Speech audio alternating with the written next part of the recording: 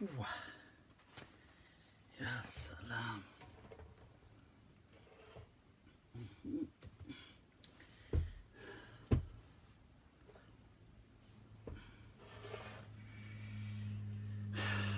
All right. Where's my... Yeah. Where's my phone?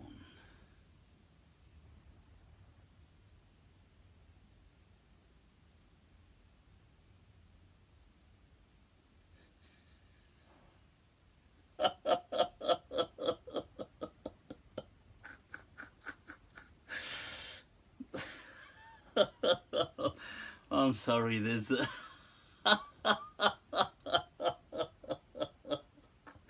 some of the banter on this on this particular group, which I cannot disclose, unfortunately. Right, so let me share this first. There we are. Share.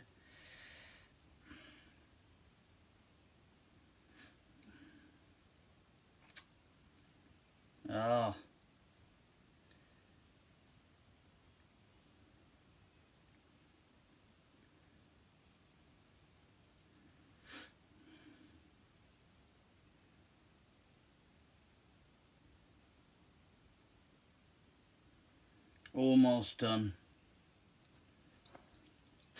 All right. إن الحمد لله وكفاه والصلاة والسلام على رسوله المصطفى وعلى عباده الذين ارتضى ومن بهداهم اهتدى وبآثار أهل المدينة اقتفى وبعد فسلام الله على القوم أهلا وسهلا بكم ومرحبا حوانين لايتس bienvenidos a todos بخير راغلي خوش آمدید and swagatam people, swagatam. Right, so Assam, you're doing it, Osama. All right, I see. All right, Mo Abs Wasim Ustad Wasim is in the house.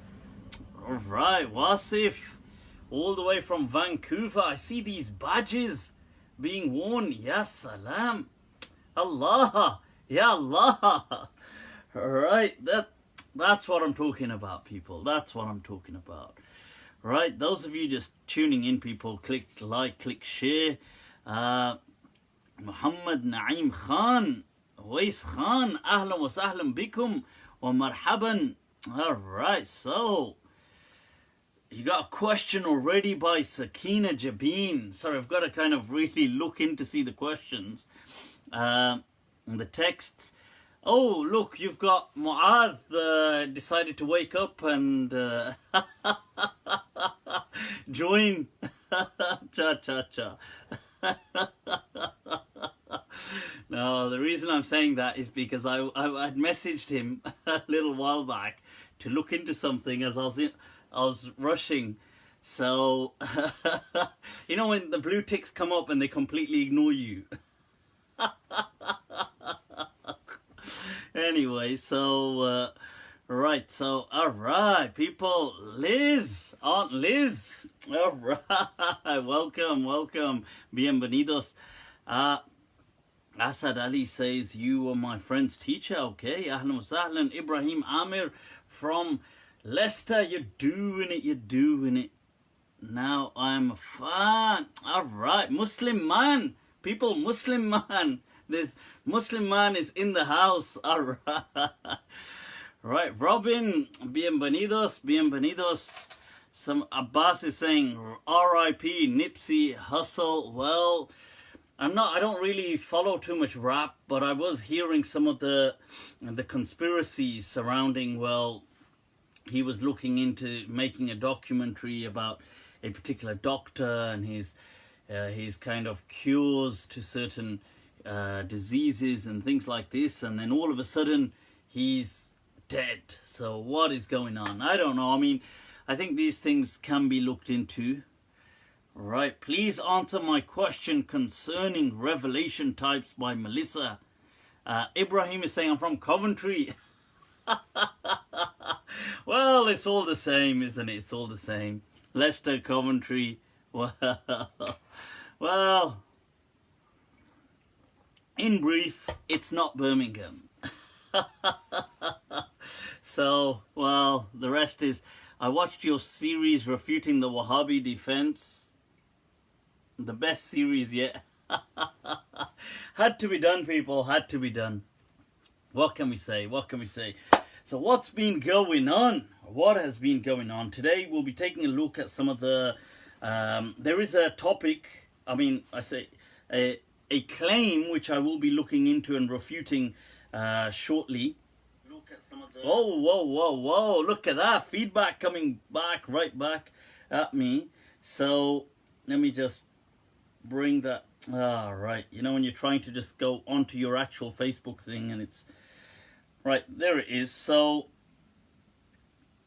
there is an ex-Muslim claim that the Quran allegedly, according to this person, permits pedophilia. And so he's made a Facebook post about it. So I will be responding to that and explaining how that's not true and going through that in some detail. But that's a little later on. Alright, so do you live in Ireland? No, I don't live in Ireland. I live in Birmingham. Can you do a library tour again? Inshallah. Of course, claro que sí. Right, so what is the history of doing treatment for any illness by Tasbih and Quran? Right, so doing as in treatment. See, people, look, there is a hadith, although it's critiqued, this hadith, but if you listen to its meaning, its overall meaning resonates within Islam, that ما أنزل الله داء إلا وأنزل له شفاء. That there are no illnesses except there are some cures for it. That every action has a reaction. Mixing the medicine with the Newtonian physics, right? So, and the hadith goes on to say, "Alimahu man alim, wa jahilahu man jahil." That those who know it, or those who will know it, and those who won't. Now, that is an amazing hadith to really set as an inspiration to observing the world around you. The Quran came as a book of revelation. It did not come as a book of medicine. Okay? It did not come to say, well, you know, alright people, you know, inna anzalna lakum, you know, inna anzalna alaykum, you know, this is kitaban fihi, you know, fihi adwiya, and this and that. There's all kind of medication and medicines and things like that in this book. Allah never said anything like that. He does say in a verse, and people sometimes use this verse, that وَنُنَزِّلُ مِنَ الْقُرْآنِ مَا هُوَ شِفَاء. Right now, the thing is, when we reveal from this Quran what is a shifa, but it explains itself, شِفَاءٌ لِمَا فِي الصُّدُورِ, that it is a cure for that which affects the hearts, as in plagues the hearts. This particular verse is speaking about kind of spiritual ailments. It's not speaking about an actual disease. It doesn't mean like this is a cure for the heart, as in if somebody's got cholesterol. Somebody's having a heart attack and you think like, oh, I know, the Quran will now cure his cholesterol levels. That's how it will not work. It's talking about a cure as in a spiritual cure. Heart here is not the cardiovascular kind of organ. It's the spiritual, the seat of spirituality. That's what it is, in that essence. So the Quran hasn't come as a book of medicine. Now people say, okay, can we take certain kind of barakah, blessings from it? That's a different discussion. I'm not saying you can't use it for rituals and things like that. You can, and it has, you know, from a Muslim perspective, it has its blessings and things like this. But it is not vitamins, it is not some kind of antibiotic, it is not an antiviral medicine, and it's not to be mistaken as that either. So if somebody's got a medical issue, go to a doctor. or seek some kind of whatever the actual cure is. Okay, don't just sit around saying, well, I know, let's just read Surah Baqarah or Surah Yasin or Surah, and then the person just drops dead. And then you're reading, you're like, oh, did I read Surah Yasin? Isn't that the one you read upon their deathbed? Oh, looks like I accidentally summoned the angel of death instead.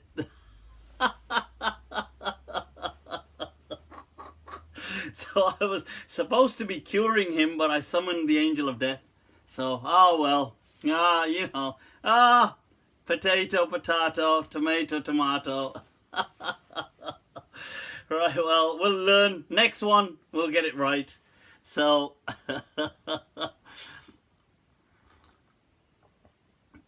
right, so, what else is going on, people? What else is going on? Right, ¿qué pasa, people? ¿Qué pasa? Let me bring up some questions that have already been submitted.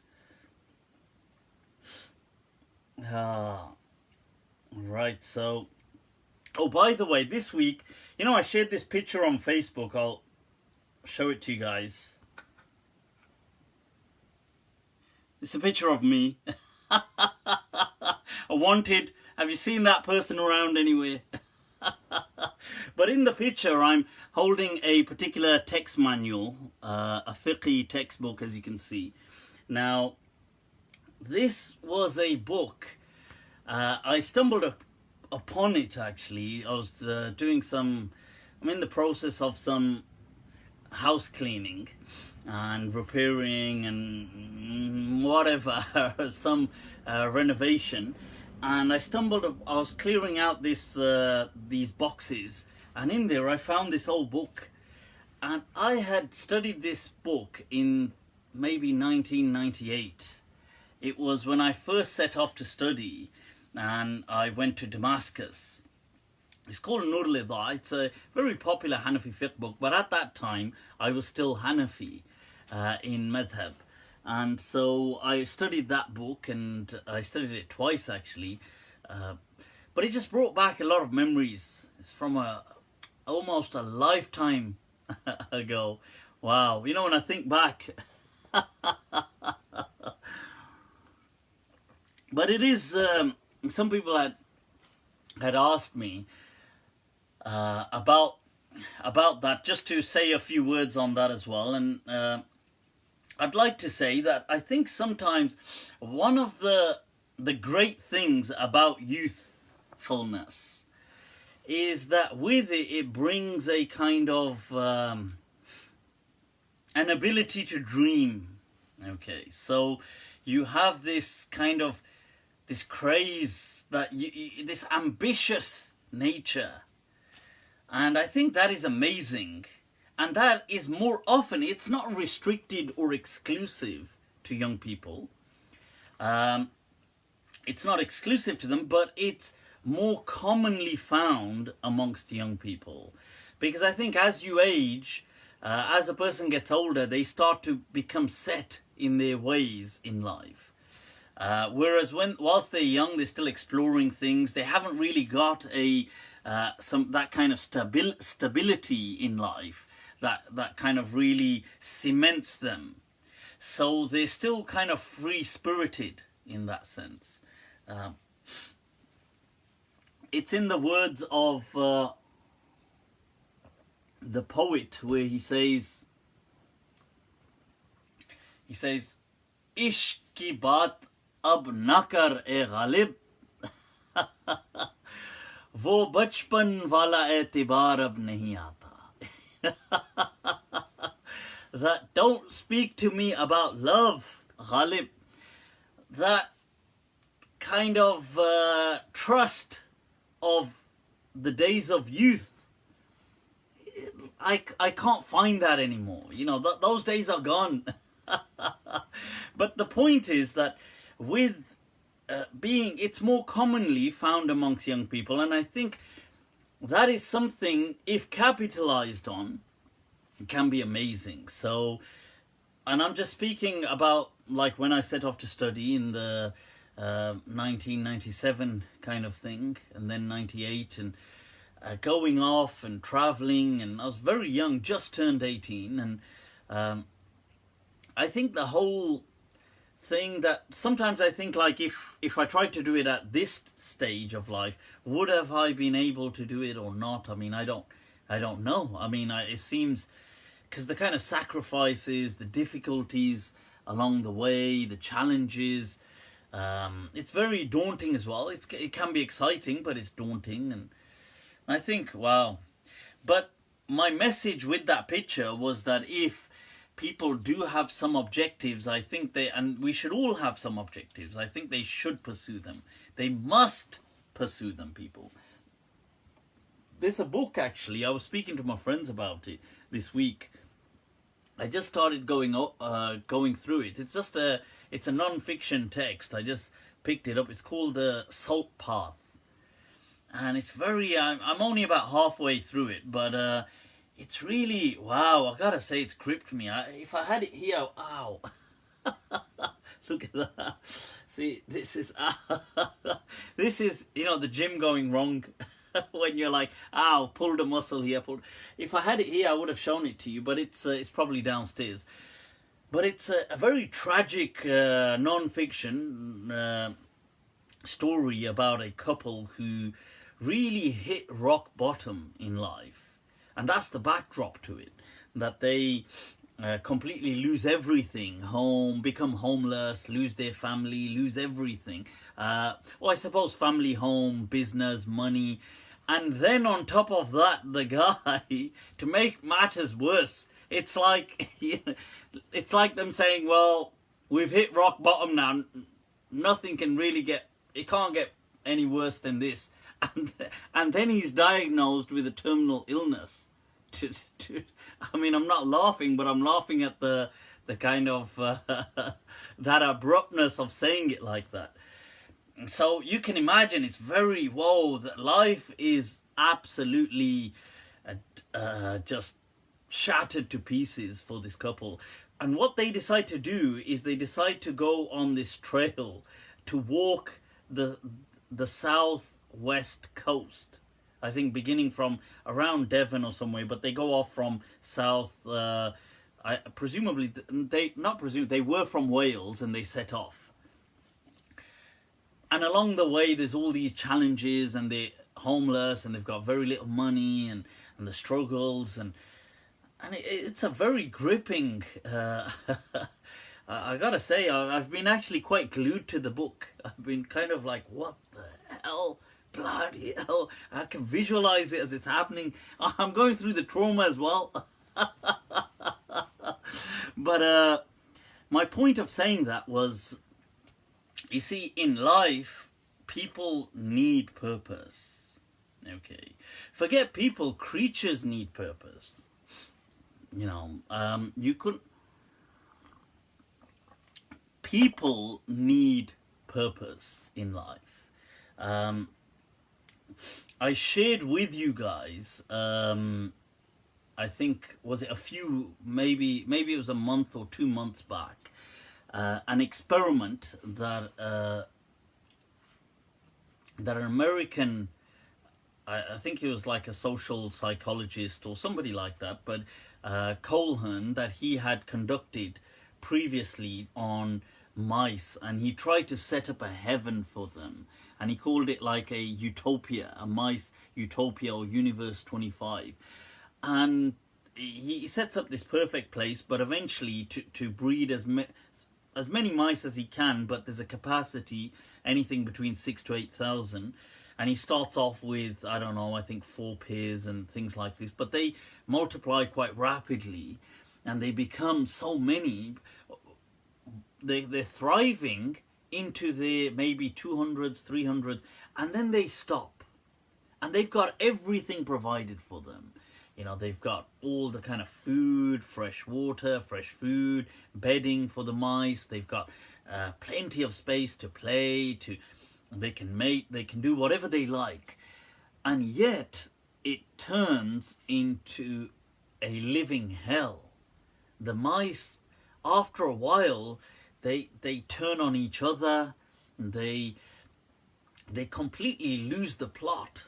The mothers attack their own young. They refuse to mate amongst themselves and reproduce. They kill off each other unnecessarily, not over food or anything. And it's just really strange as an observation that what happens to those mice in what was supposed to be a heaven. And the interesting thing about this was that it's as though they lost the will to live because they had no purpose. And I think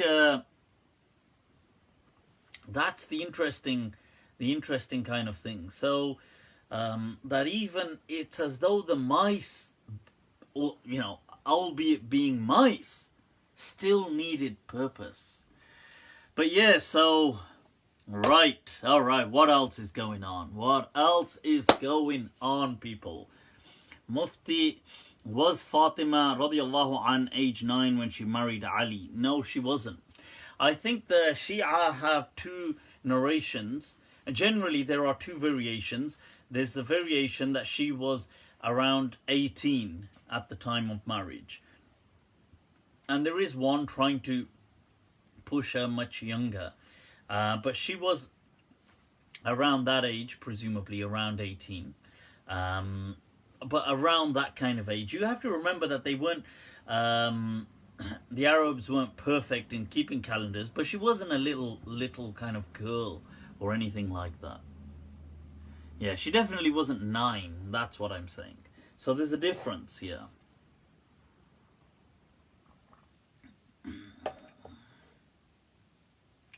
Mufti, what happens if you pluck both wings of a fly? This is my disturbed childhood.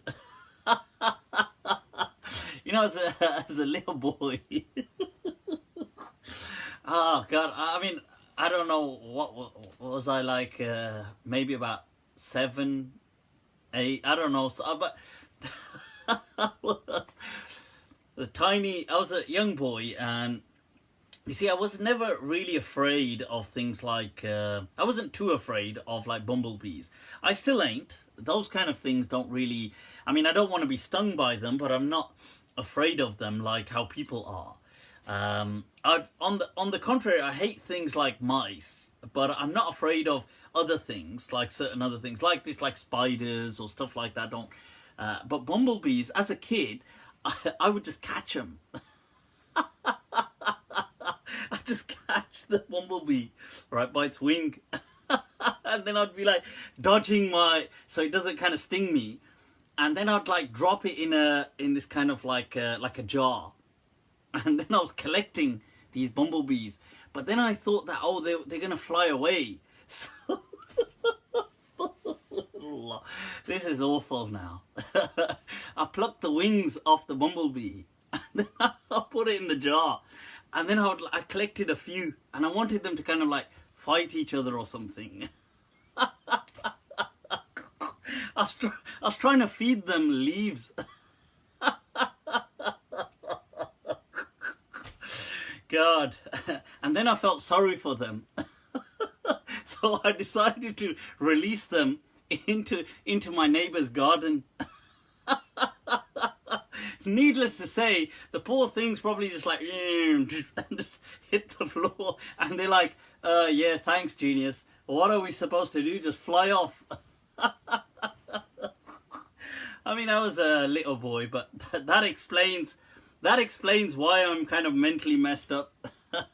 So, that was the evil me as a kid. So, God, that experiment. Well, don't forget to WhatsApp. What's that? Don't forget to answer my WhatsApp question. Oh, right. Yep, there's a WhatsApp question. I've got to remember that. I'll check it out. Right, so people, yep, that's disturbed childhoods, people. Disturbed. That's what happens when you're brought up in like a Pakistani household, especially as a kid back then, tortured. And you're just repeating the cycle of torture. And you're like, well, I'm tortured, I'll just torture these little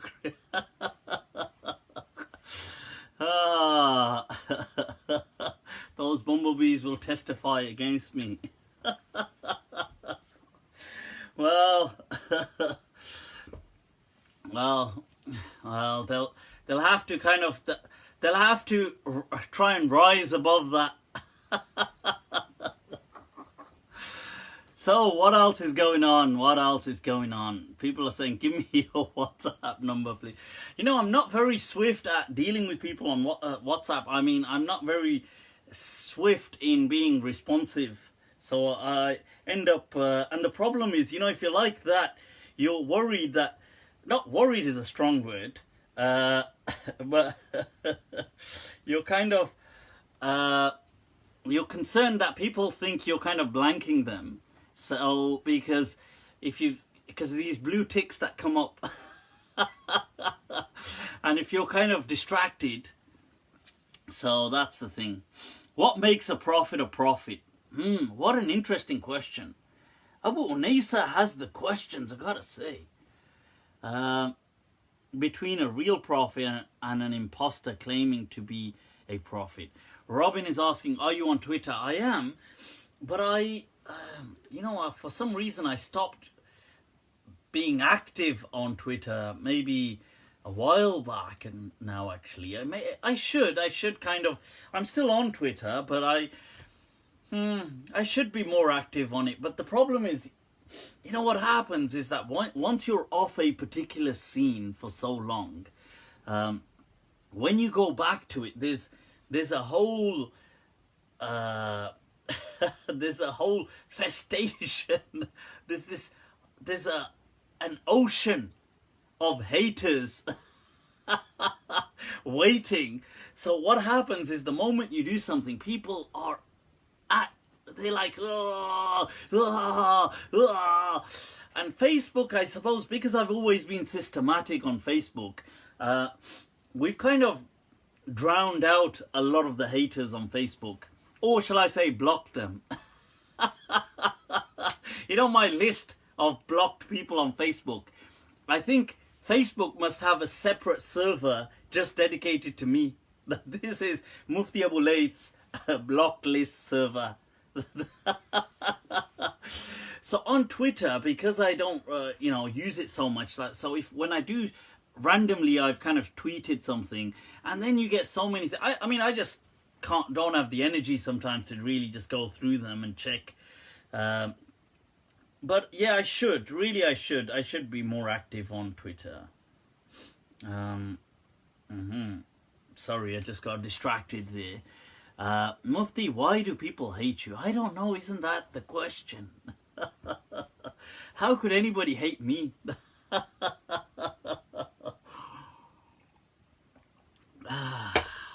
Ya salam. Yaron ke yaar the hum to.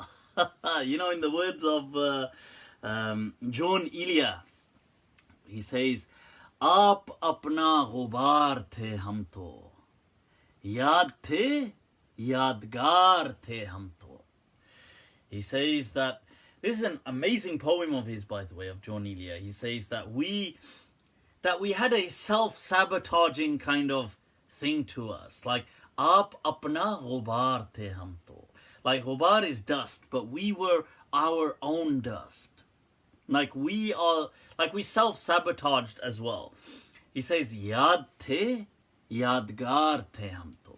That we were a remembrance, but we were, not only were we a memory, but we were a kind of landmark, if you like, to be remembered by, like something something that is not just a memory, but like a souvenir, almost like that. And he says in this poem, he says, "Ure jate hain dhool ki manind," that we float away as though we are like dust, like this. Aandiyon par sawar the hum to. Allah. And there's two ways of seeing this line of his.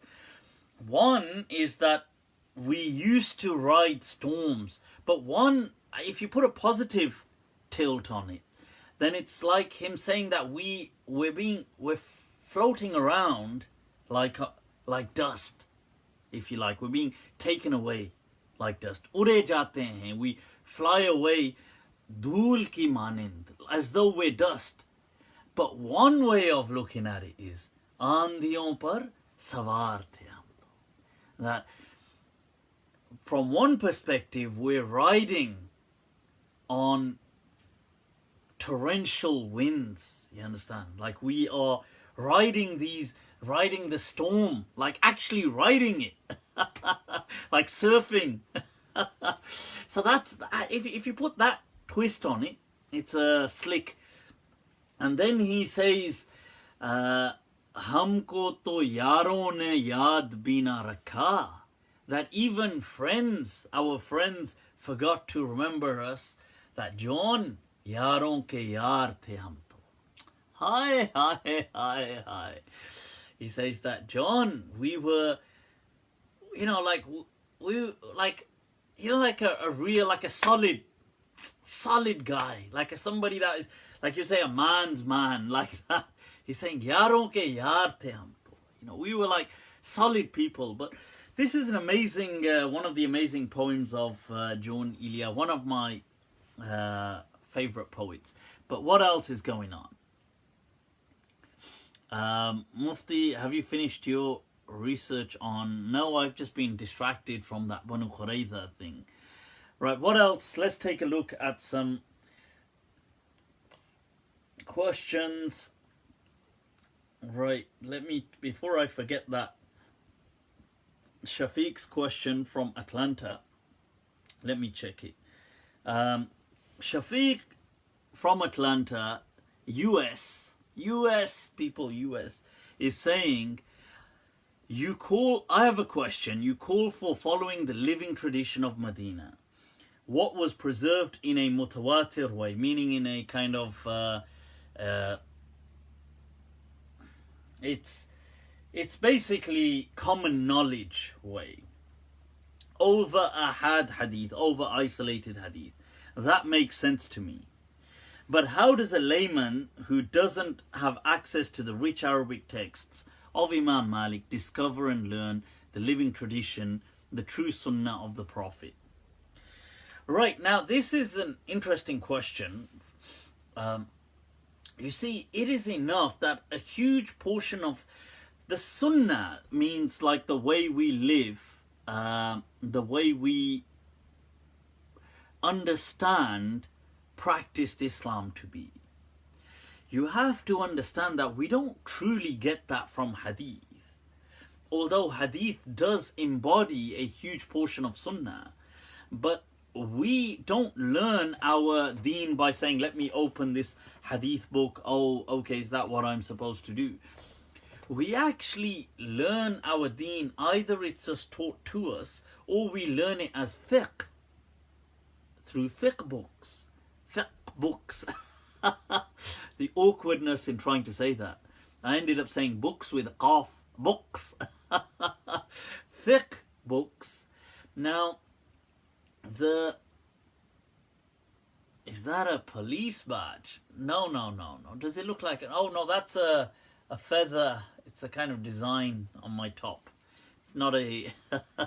Right, so the point of what I'm saying is, these are like fiqh books that you can see here, like how you practice Islam, from how you purify, to how you pray, to how you fast, to how you do these things. That is already kind of documented, and you've got the diversity that already exists as madhabs. And that is fine. That pretty much does encapsulate the sunnah, or a huge portion of it. Okay. Alright, so have you ever written poetry? Vaha, what a question. This one time I wrote some poetry. I'm trying to remember it now. I wrote it years ago, I can't really remember. I've written it. It's somewhere, written somewhere. Maybe in some of my notes or something. I don't know if it'll come up on these notes. Actually, it's a good point. Let me check. I don't think I've synced it, but I think I was going through an interesting time. No, it's not synced here. Right, but I did write some poems. Only a few, two or maybe three at most. I think I only wrote down probably about two of them. I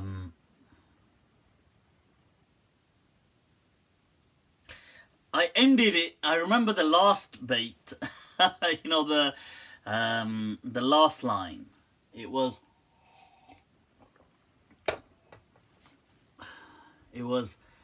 हालात सवर जाएंगे मुस्काओ तो जरा.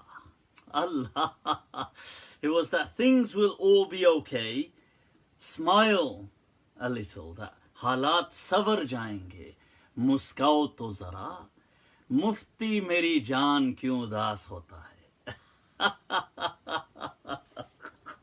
So it was that Mufti, my love, my dear, that it doesn't sound as good, I suppose, as well in English like that, but Mufti meri jaan kyun udas hota hai. That why do you let these things bother you, Mufti? So I wrote that many years back, actually. It was part of a long poem, probably about 5 years back now. Wow. But I'll have to dig it out someday. Now, yeah, so returning to this question about fiqh, it is really enough for you as you're saying the common Muslim, he can just learn fiqh and get by. But then we have a challenge. The problem is a lot of this fiqh can be out of sync for our day and age. So what do we do about that? And that is a problem. Here we have a fiqh drought. But we do. Here it is a problem. And this is where we are all kind of stuck. We're hitting our heads against a brick wall, saying, well, what do we do at this stage? And this is where there is a call to bring into sync the fatwa, the fiqh. This is where we need more of these rulings, these kind of contemporary rulings. I had today, check this out. I'll discuss this. I mean, it's anonymous still. I mean, it's sanitized, if you like, names all removed. I had a discussion today. Somebody gave me a call, a respected friend. Now, he gave me a call and he was having a discussion amongst certain people. And I've discussed this topic before. And the topic was marital rape within Islam.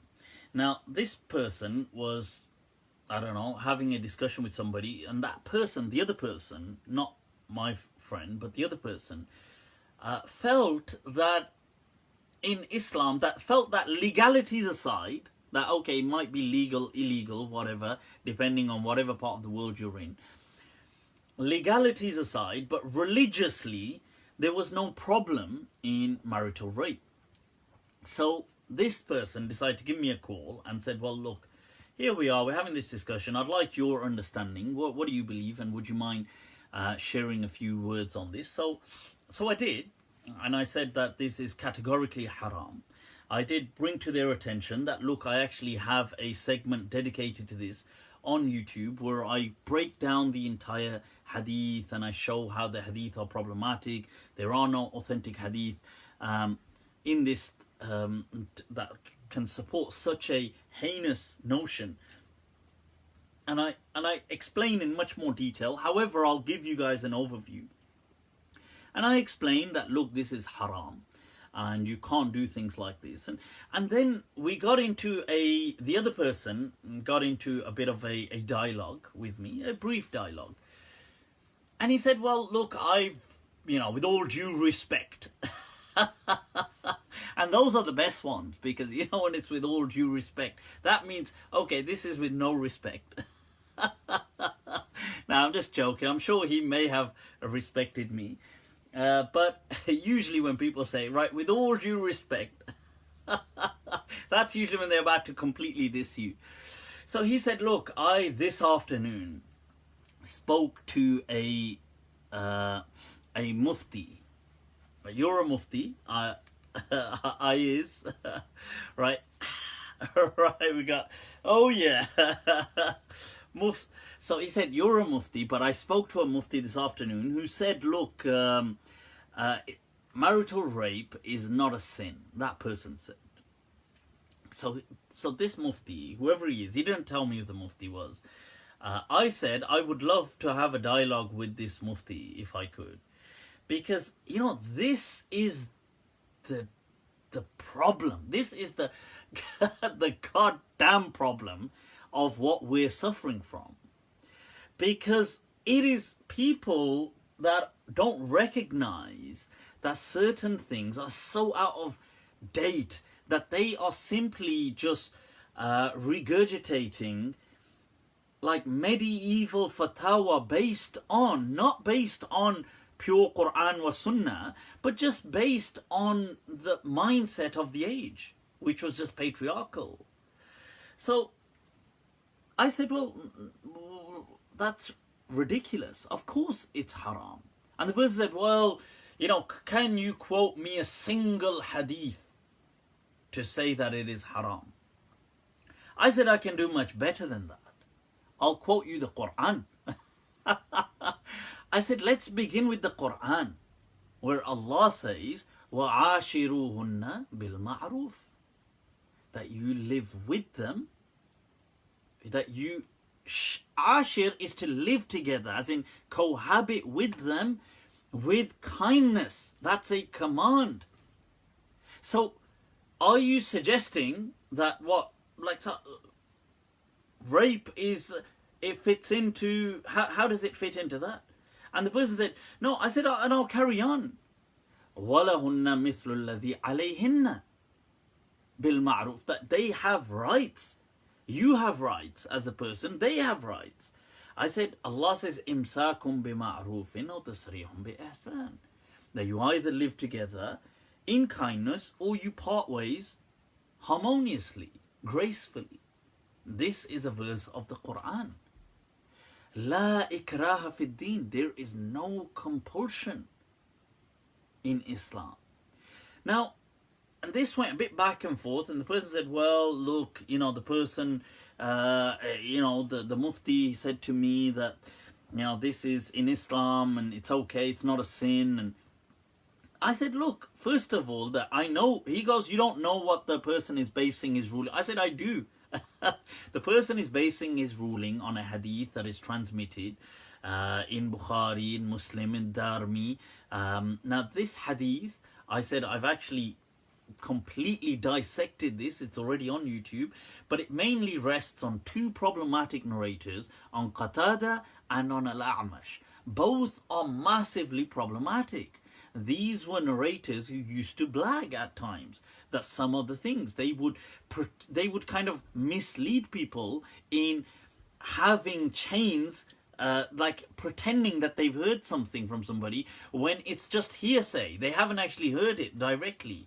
So Qatada, for example, he transmits, Abu Dawood said that he transmitted from 30 people at least. This is from many, but at least 30 people who had never actually directly ever heard anything from. But he pretended he'd heard from them directly. At least 30 people. And with Al-A'mash, at least 20 people. From one of those 20, over 100 hadith. He pretends he's heard from him.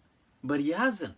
Now, I said, look, these hadith, and even like, look, this hadith, it's a very famous one that, oh, if the husband calls the wife to bed and she doesn't come, then the angels curse her till morning. This is a false hadith. But even if you took that hadith you try to know, I'm going to believe in this and take this literally. I think, first of all, it's utterly disappointing that you're doing that. But even if you did, I want to highlight something. Where in the hadith does it say that you could forcefully have sex? Where does it say that? It doesn't. Even the evidence that you're trying to use, which really is a false hadith, but even though you're trying to use it, where does it say that that's okay? So it's amazing that, and this, the kind of mindset. And I said to this person, the person said to me, look, you know, there's certain things that people do and it's part of life, like certain relationships, certain things, certain, like it's trying to say intimacy. And I said, well, look, here's an analogy. I said, look, you eat food, don't you? I said, if somebody was to shove food down you, not to misunderstand my analogy here, but I said, if somebody was to just open your mouth and shove food in, right, would you be okay with this? Just because, well, hey, well, you eat anyway. So how about you open that mouth and just force feed you? Because you eat anyway, isn't it? So wouldn't you consider that harm? Wouldn't you consider that haram? Wouldn't you consider... And the person said, well, you know, well... The person said, well, if a person's ill, you gotta feed them anyway. And I was like, I'm sorry, where's this analogy going? I'm sorry, were you going somewhere with that analogy? It's like, huh? What? If a person's ill, you've got to feed them anyway. How are we? Where are we now? So, yeah. So it's really disappointing, actually. And it was interesting because I said to the person, and I don't like to look. I don't know the person, and I said to the person, and I don't like to personalize things with people. But sometimes, you know, you mention something as an example just to make it kind of resonate. So I said, look, I don't know who you are. I don't know, for example, whether you have children or not. But let's just say, if hypothetically it was your own daughter, would you be okay with somebody forcefully raping her like that?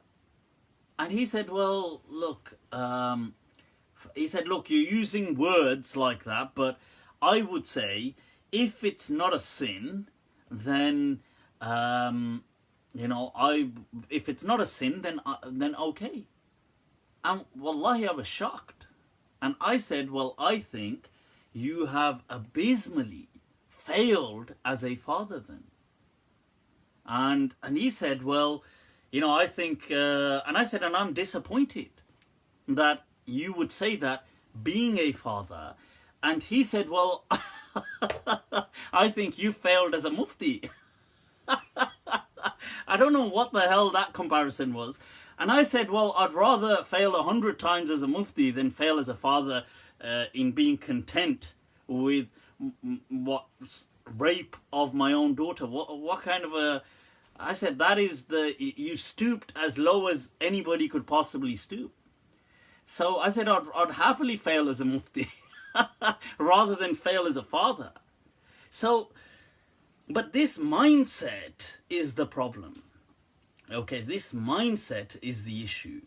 That for some reason, people feel that, look, they're kind of regurgitating things. And I said, look, and I made this clear. I said, look, whatever you do, people in relationships, there's ups, downs, people have incentives, motivations, you know, they try to keep a relationship going. They might emotionally blackmail each other in relationships. You know, people might refuse to give each other the cold shoulder or not talk to each other, and people do all kinds of things, and that's their business, right? That's their business. It's their relationship. However, the problem is that blackmailing somebody by using God, by using Allah and His Messenger. That's the problem. See, this mindset needs to change.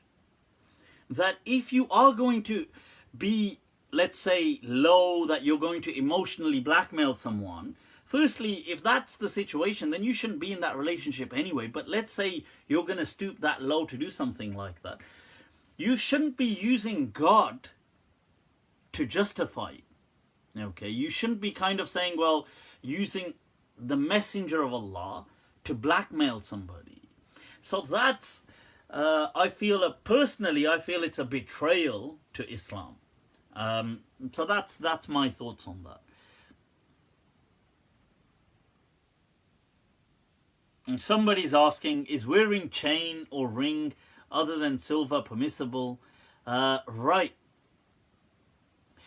Yes, so wearing jewelry, I take it you're talking about for men. It is permissible, and I've got a whole detailed segment explaining that there was a huge difference of opinion, spanning about between 8 to 9 different opinions, that the Salaf, beginning with the companions of the Prophet, right down to Tabi'een and Atba'u Tabi'een, had about men wearing things like silk or gold.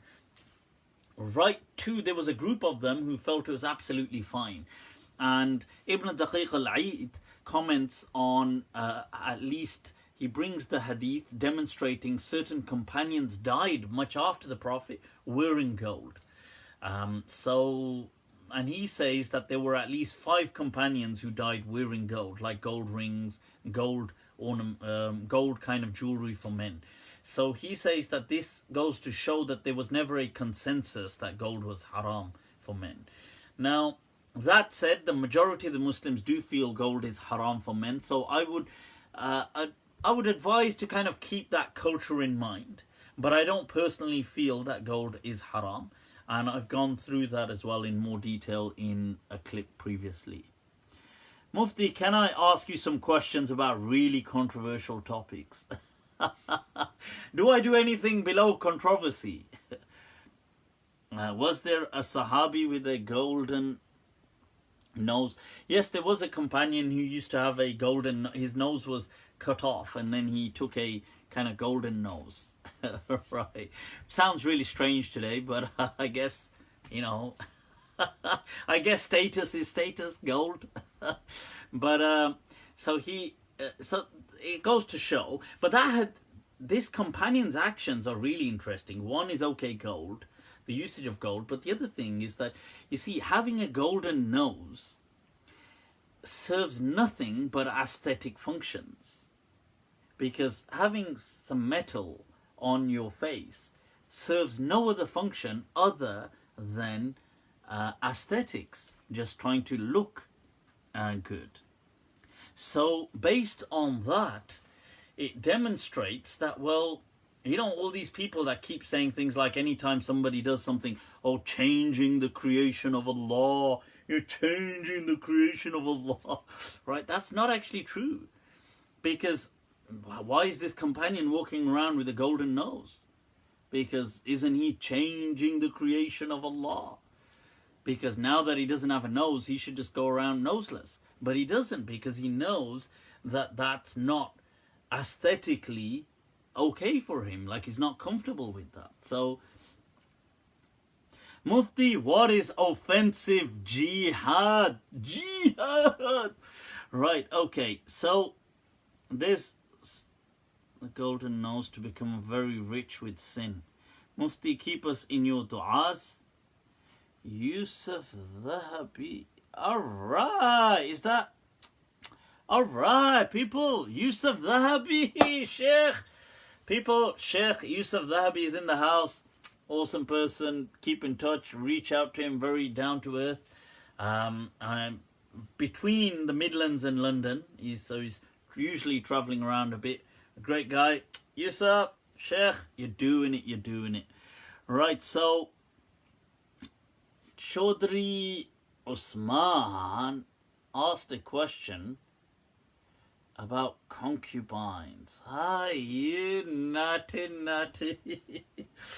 You know what it is? This kind of talk really excites people, doesn't it? They're like, concubine, concubine. I mean, these are like what they call like, there's a word for it, like, these are just like dry little buzzes that people have. And they call them like suke chaske. It's like, there's nothing, they're not going to really get anything out of these. But they're like, oh, concubines, concubines. Right, so, but I'll come to that question. There was, what was the other question? I am not excited, bruv. I am confused. Have you been taken as a concubine? God forbid. Huh? I'm what? I'm the concubine. That sounds rather exotic. What exactly is one of them? The name just sounds so concubine. It just sounds so kind of like, what's one of them? Right, so what else, people? What else? I was about to answer a question. I've forgotten the question. I got distracted. There was a question there, and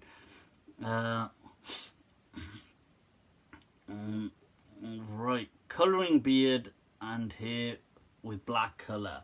Right, yep, that's absolutely permitted. In fact, one of Imam Malik's teachers, Ibn Shihab Zuhri, who's one of the first people to ever document hadith, was known about him that he would dye his beard black, and presumably his hair, but he had that for so long, and Imam Malik often thought he was very young.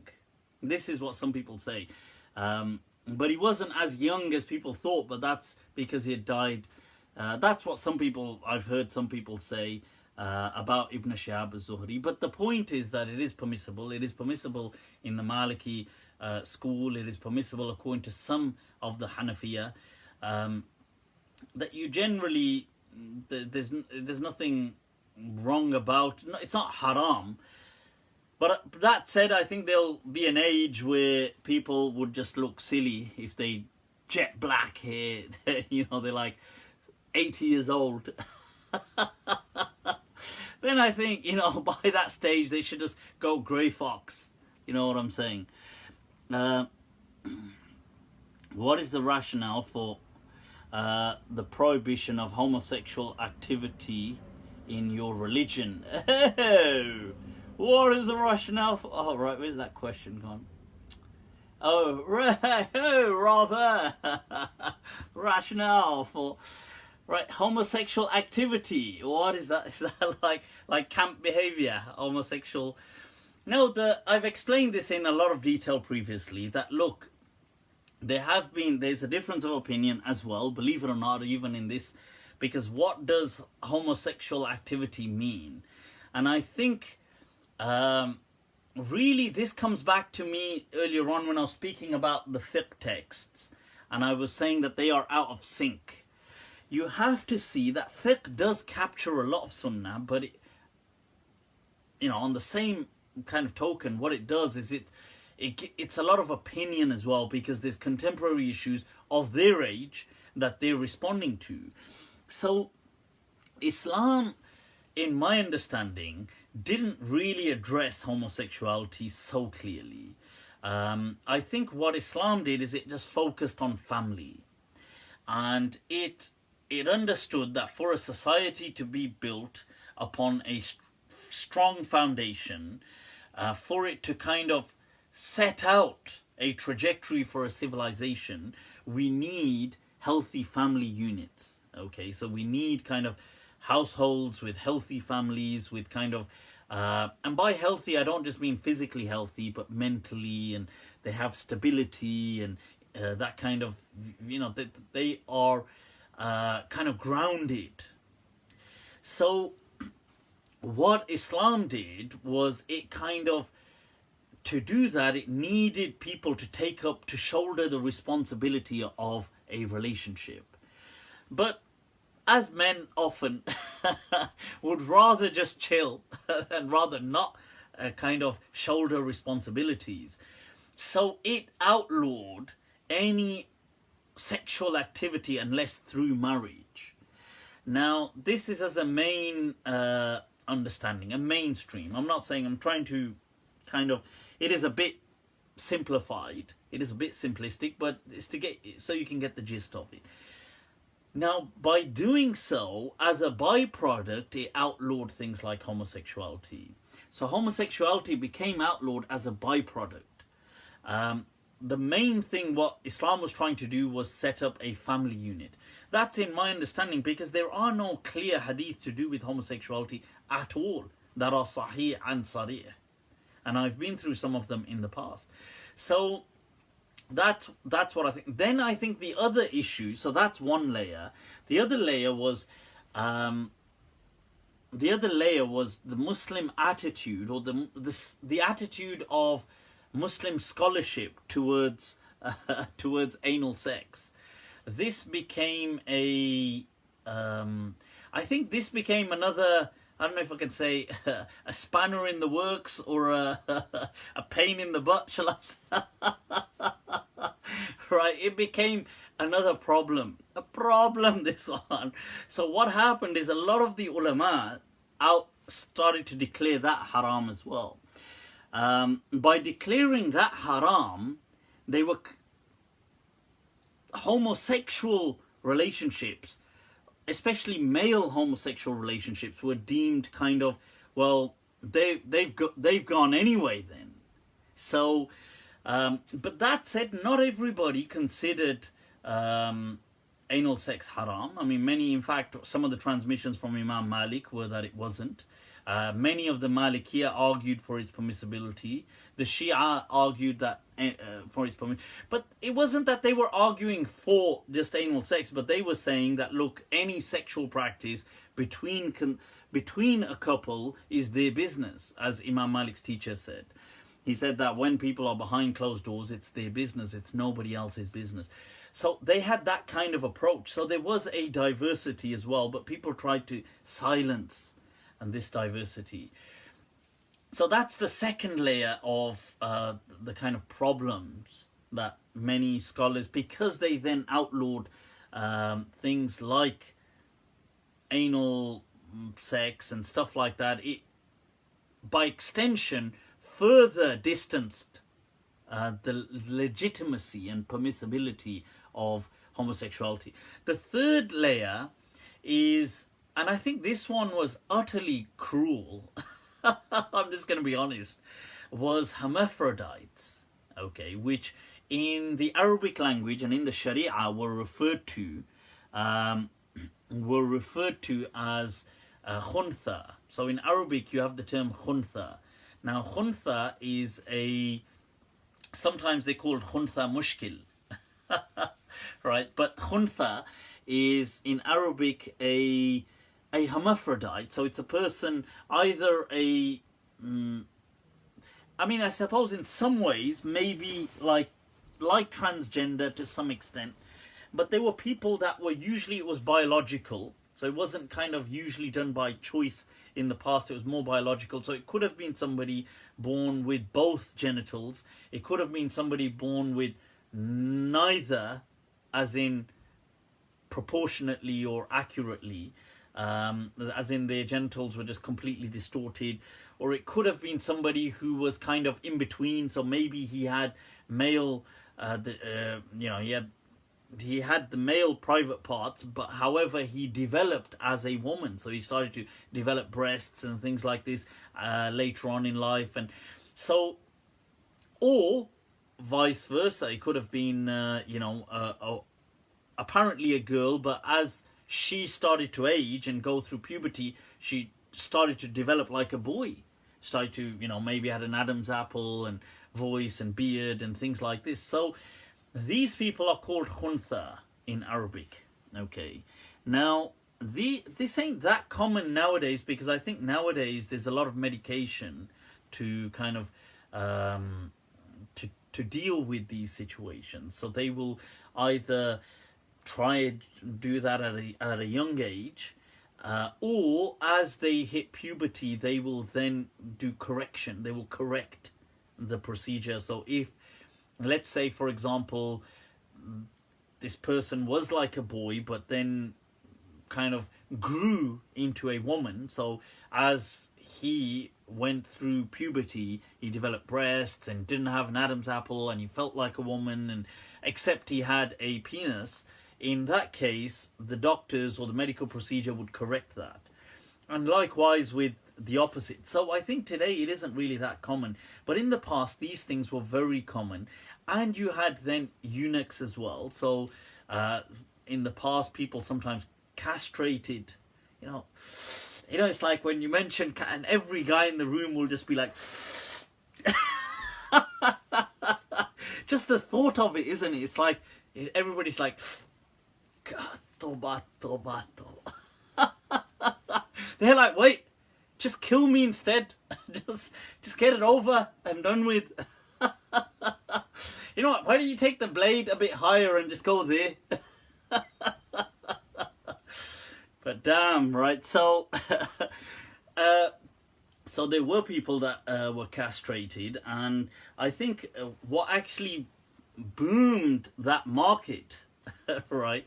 What really boosted that market was that a lot of royalty and the aristocracy felt comfortable and were really had a demand for eunuchs, because what they felt was the eunuch didn't have a penis and therefore he couldn't screw their women, but on the bright side he was still a man, so he was as strong as a man, so he could still do the work like a man.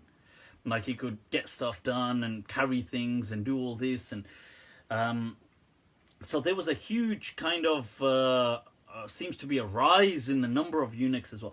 But my point of saying this was the scholars of the past very clearly write, very clearly, that al-khuntha la tankih wa la tunkah. That a khuntha cannot do a nikah and cannot have a nikah done to them. They cannot partake in nikah. And I think that seriously is just outright dhulm. That is utter dhulm. So I'm not, and the khuntha wasn't necessarily just the eunuchs. I mean, it was initially, and it generally was, hermaphrodites. Now, but they just said no. Because, why? Just because they didn't know how to answer the question.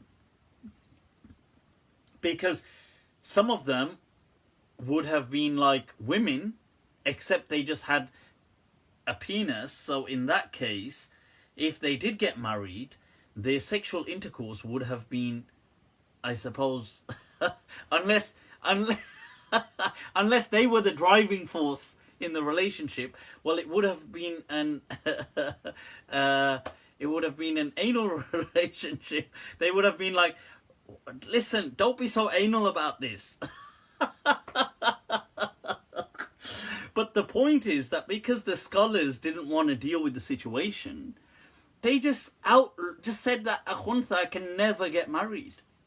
That was that was the Islamic solution, which is ridiculous. It is absurd. So that goes to show, that's a perfect case study to show the failing of scholarship in a particular era. That the scholars failed in providing a truly Islamic answer to the challenge. So that's that's I think these layers, when you look at them, it demonstrates so there's been these issues. Right, so I hope that's enough. I mean, somebody said, the Ottomans weren't caliphs. Did all the scholars say that? Yeah, unfortunately. Yeah. I mean, I'll still continue my research. I've not so extensively researched khunthas, hermaphrodites, but wherever I have read about them in the fiqh books throughout the years, they've always just said, La tankih wa la tunkah. Cannot marry and nobody can marry it. And I think that's just so cruel. But what was interesting, and I shared this story once before, ages ago, is you see, Qadi Abu Bakr ibn Arabi, you know, the Maliki legend from Muslim Spain.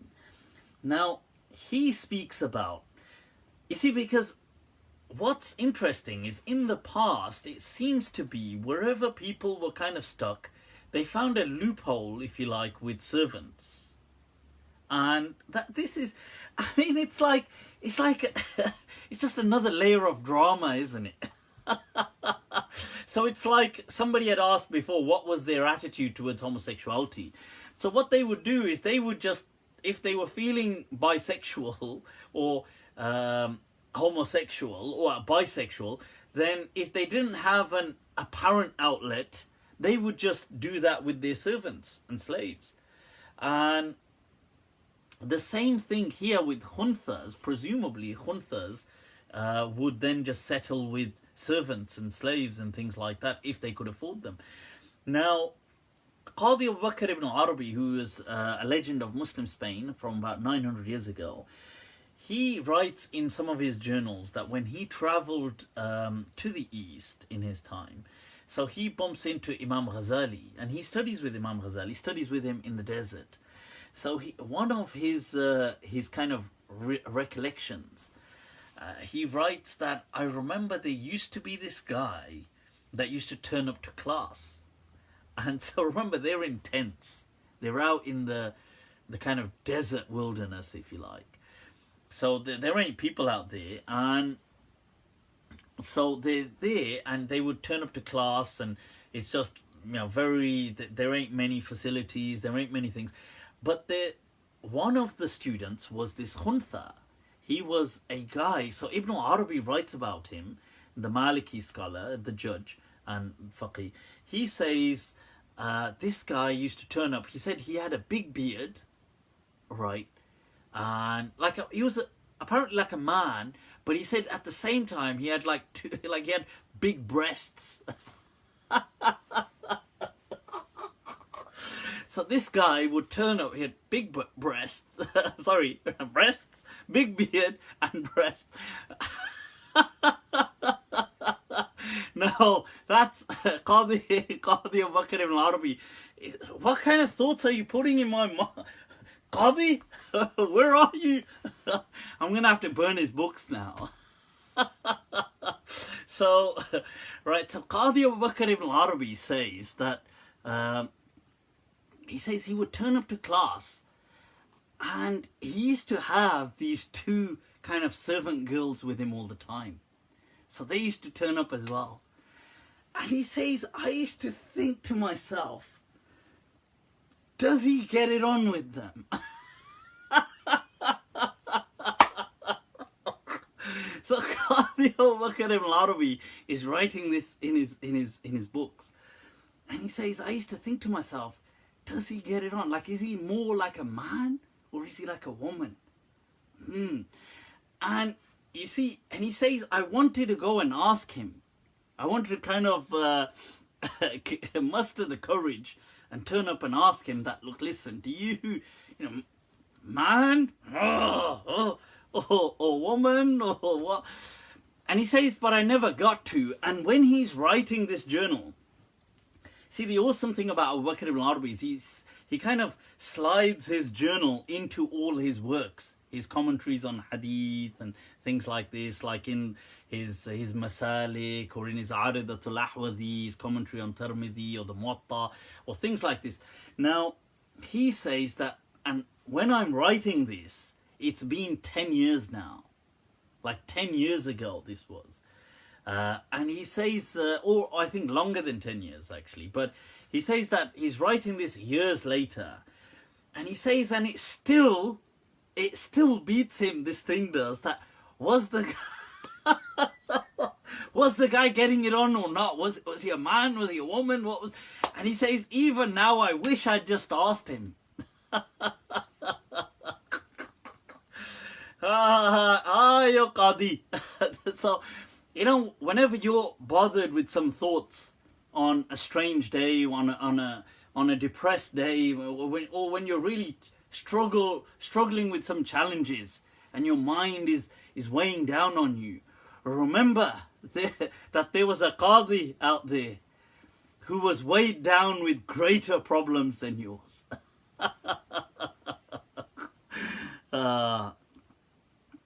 Somebody said, Daniel Steve said, is a hand job cheating?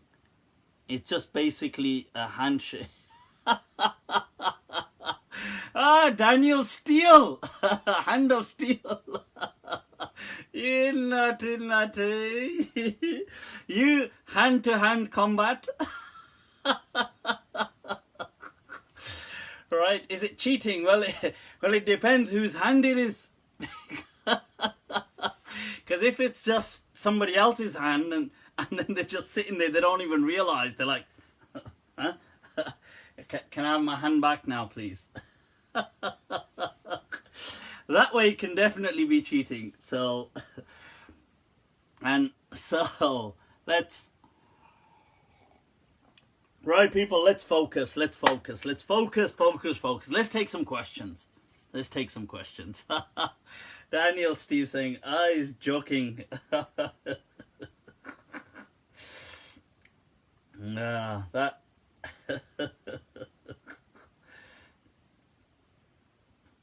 that reminds me of that joke in... Since this is past the watershed, and it's live and unrestricted, it reminds... there's a meme where there's a doctor and he's doing a checkup with some guy, and he says, during a checkup, it's all right. He says, it's all right if you get an erection, and the patient says, but I haven't got one. And the doctor says, no, I wasn't talking about you.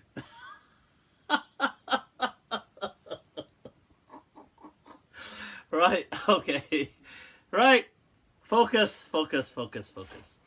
Let's turn to finishing some of these questions, because we're going to be getting too distracted, this one. So, what is bothering the minds of people? Oh! Alright, so let's try to go through some of these rapid round and get these out the way. Why is this closing on me? Alright, here we are. People, let's do some rapid round. Have you ever read any book authored by Uthman Dan Fodio? Yeah, in the past I think I have read extracts, or isn't there one about Ikhmadul Bid'ah or something, against innovations and things like that? I think, unless I'm mixing it up, but a long time ago actually. Right, so what else is going on? Asad Ali said, don't skip my question. What makes a prophet a prophet? Abu Unaysa, sorry, I didn't answer your question. Quite simply put, a prophet is somebody who is inspired or receives revelation from God. Now, how is that? In what form does that come to him or her? Because prophets were women as well. Now, that would have been, whether it was just by divine intuition or how was it? I mean, that we can't really say. But they are people who have this receive revelation from God. That is the definition of a prophet. What makes them? How do you differentiate them between? How do you differentiate between them and a false prophet? Well, it depends on what they're calling to. That will probably give you the answer. So you will see that prophets always just prioritized a single focus, and that was simply reconnecting creation with a creator. That was their simple mission, really. Right, so okay. Somebody's asking questions, who did about Muawiyah's army and who... Right, I really don't want to speak about all of that. Right, there was actually, that reminds me, you know, a few weeks ago, somebody had been making some Facebook posts saying Mufti Abu Layth is about to debate. No, not about to, he is debating. He's debating, is it Allah Yari, a Shia Imam, and this debate has been set up and I'm looking forward to watching it, and somebody and somebody else was saying it on Facebook, and then some people messaged me, and so I had no idea until they shared the Facebook posts with me. So that's not true. I'm not really into this whole Sunni Shia kind of debates. I think maybe a few years ago I may have unfortunately thought like that, but I definitely don't think like that now, and I wouldn't really be interested in anything like that, because I personally believe that the Shia Sunni split is there for good, and it's not something that's never going to go away. Now the issue is really, as far as I'm concerned, about building bridges and not about kind of just attacking and doing things like that. But I don't see no personal. I don't personally see any benefit in things like that. So that's my personal approach. I do disagree as a person. Look, I'm a Sunni. I do disagree with the Shia way of looking at things on certain things. On others, I can see their point of view. I think that but that said, I'm sure we disagree with even Sunnis on many things. You know, it's not a homogeny, it's not a kind of monolithic voice. The Sunni voice is not a monolithic voice. And neither is the Shia voice a monolithic voice. In my understanding, these differences are political, they're historical, and they can't be changed, because they're speaking about events that have already occurred. So people are who they are. I was asked actually by somebody who said, you know, that they support my work, they're a great fan, they're very of the kind of stuff I do, and they, you know, they seem to really respect me and love me, and they were a group. This was a particular, I was contacted by these people who represented a group. They were Shia Americans, and they asked me, one of the people, one of these guys asked me that on a serious note, would you not be a Shia? Like, why would I not be a Shia? And if I could just be real with them and just give them my answer. And I did, and I said that was my answer. I don't, you know, I find the Shia thing personally in, you see, it's interesting, because I find from one side, Shia can be very rational from one side, from one kind of angle. But then I find that they can be very emotionally irrational.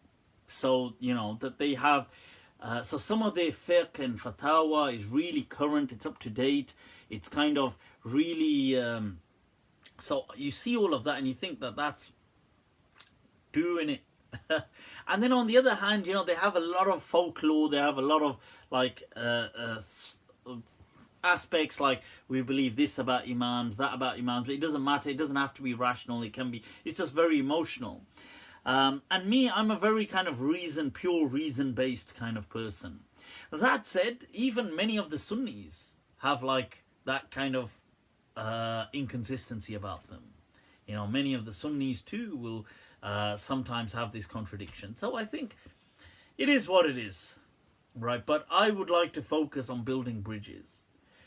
If I have a matter, if there's a Shia friend, and let's say we have an issue which we disagree on, like let's say Muawiyah radiallahu anh, I just wouldn't speak about that issue then.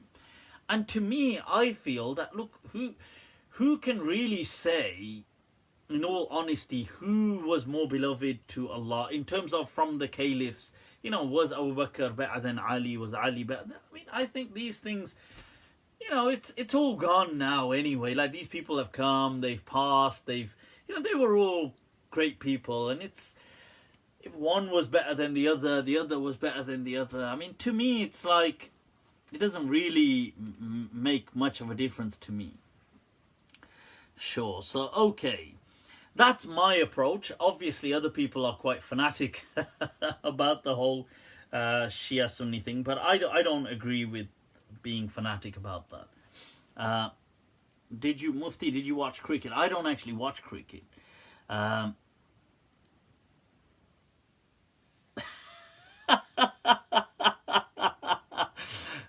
Imran Khan says, Mufti Maulana Ilyas Qadri listed 92 etiquettes of istinja.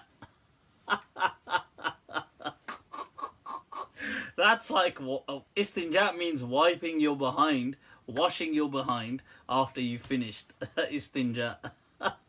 92 etiquettes. Okay, I must, the angle. Oh, stork. Oh, wild eagle. It's falcon strikes down. Oh, where's the lota? Waterfall, strike back. It's like a whole kata. Raise one leg. Twist the foot. Right, so I don't know what on earth a person is doing with 92 etiquettes of just washing your behind. I don't, people just have time on their hands. Isn't the whole thing usually it's just people are just like on their phones? They're like, damn, has it been an hour already? Let's get the hell out of here. Quick, where's the bidet? Wash and out. Will you debate Sheikh Asrar? Sheikh Asrar, gee, my beloved. I will any day debate my beloved, but with those conditions. That it must be a conversation, as in it must be a dialogue. See, that's my simple conditions to things. That these, whenever we speak, it must be a dialogue, okay? I'm not into this, you know, you speak 3 minutes, I speak 3 minutes. No, I want a dialogue. A dialogue, you know, let's talk, let's talk.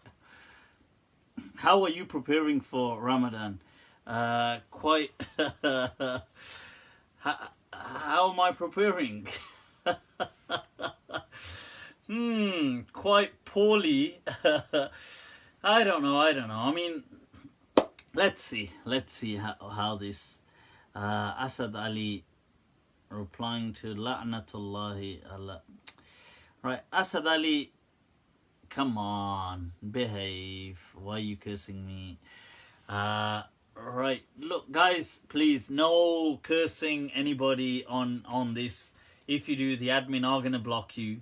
Right, now, no, I don't want anybody cursing Shia, and I don't want the Shia cursing Sunni kind of figures or anything like this. No, guys, just chill out, man, chill out, honestly. What is this? La'natullahi, ya akhi. God, send down the la'na on him. You know, it's so funny, isn't it? Because la'natullah is like you're asking God to send the curse. It's like God's got nothing better to do than to answer your... Right, and who would you like me to send the curses upon now? God, send the curses upon him who's living right in that house. Send. You know, the arrogance, it's shocking. And it just goes to show how backwards we are as a Muslim community. Seriously. Chaudhry Usman, brother, I love you too. I love you too, yeah. I love you too. So, right, so guys, okay, look, we are, bloody hell, is that the time? Okay, I tell you what, before we, let's take a look at that question. And then we'll take a few others as well. Somebody's asked about the talking ant in the Quran. I have discussed that in a lot of detail. I've got a whole clip on it.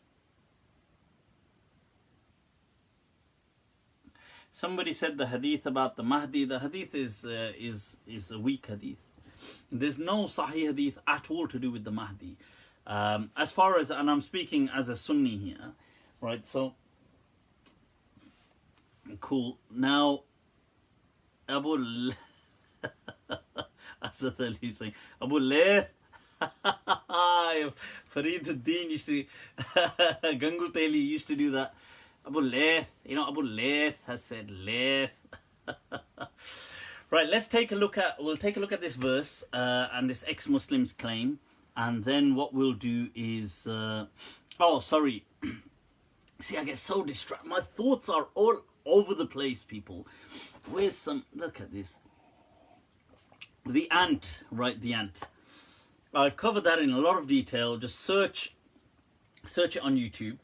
I've got a segment speaking about that.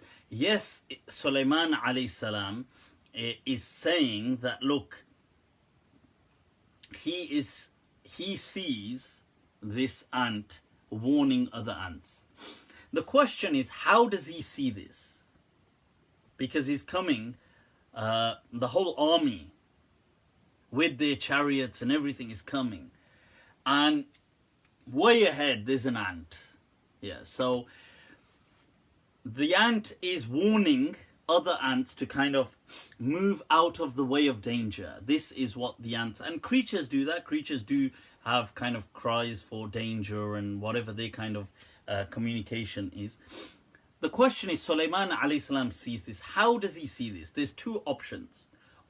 Option one is he actually physically sees this. The problem with this is we have that same thing. If you watch my clip about Sulaiman and the Queen of Sheba and the throne of the Queen of Sheba, I speak about how do we approach stories in the Quran. Do we approach them just as stories? In that case, it makes no difference. This is just a story.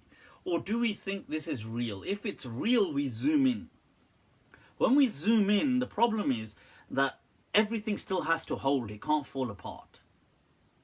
So if you say Sulaiman alayhi salam, he just saw him. He just saw the ant. But he's very far away. He's on a chariot. He's coming. There's a whole army coming. Now, it wouldn't physically be possible for him to see an ant speaking. That wouldn't physically be possible. Okay. Unless you're saying, oh no, this was a separate miracle, that he was zooming in with his vision. Okay. So you think, well, okay. So now he zooms in with his vision when he likes. Is this how this works then? Sulaiman alayhi salam, whenever he wants, he just zooms in with vision. Because that's not mentioned anywhere in the Quran, that Sulaiman alayhi salam had zooming in vision. Right? So this story, as you zoom in, it has a lot of problems to it. If you take it like that. The other aspect, like I said, there's two ways to understand it. The other aspect is he does see this, but he's shown this as a vision. Like he does see this, like he's shown that he sees a vision like an ant warning other ants. And this reminds him that, look, your dominion as King Solomon is one of the mightiest and most powerful domains on earth in his time. It was one of the most wealthiest kingdoms on earth during the reign of King Solomon. Yet, at such a low level, a creature is looking out for his fellow creatures. You have an even greater duty to look out for those who you are answerable or are connected to as a king over them. And hence he says, Rabbi awzi'ni an ashkur. He says, this is after he sees this is in the same verse. Following on, he says, oh Allah, inspire me to be more grateful. That's his actual words, isn't it, in the Quran? So that sounds more realistic, that he was shown this as a vision. That there may have been ants doing this, but what he's shown, what he sees is a vision. He's not like riding and then zooming in and says, well, I've zoomed in and I can see an ant talking and, oh, I've understood what the ant has said. Right? The ant's talking and I'm understanding that. That doesn't, when you zoom in, it doesn't make as much sense. So That's the thing. The stories of the Quran, when you zoom in, they have to still make as much sense for us when you zoom out. Okay. Mufti, I want to send you my brand t-shirt. Would you wear it? Well, make it a muscle fit t-shirt and then. Alright. Right, so I hope that makes some sense. Now, somebody has said, let's take a look at this. There's Abdullah Samir. I'm just trying to bring this up here as well. Now, Abdullah Samir, who is an ex-Muslim, now he has a Facebook post about, somebody brought it to my attention, so I saw it, about the Quran allows pedophilia. And then he's quoting a verse in the Quran and he's quoting a lot of commentators. So I'd like to respond to this. Now, first of all, I would like to say, there's several ex-Muslims and they do seem to be growing in number. And I personally don't have a problem with people, if they want to leave the faith, that's entirely up to them. It doesn't bother me. I'm not insecure about Islam in any way. If people want to be Muslim, great, that's great. Alhamdulillah. If they don't want to be Muslim, fine. To me, and to Islam, it doesn't actually bother Islam. And contrary to popular opinion, the Quran really, the attitude of the Quran is one of ambivalence. It doesn't really care. Although people act like, oh my God, kill the apostate, kill the apostate. That's all nonsense. It's a tragedy in Islam that Ahl Sunnah, the Sunni Hadith scholars and giants and legends of Hadith had a soft spot in their hearts when it came to the Khawarij. The extremist, hateful butchers of this early ummah, the kind of fathers of ISIS, who were known as the Khawarij. They hated the companions, considered most of the companions to be kuffar, disbelievers.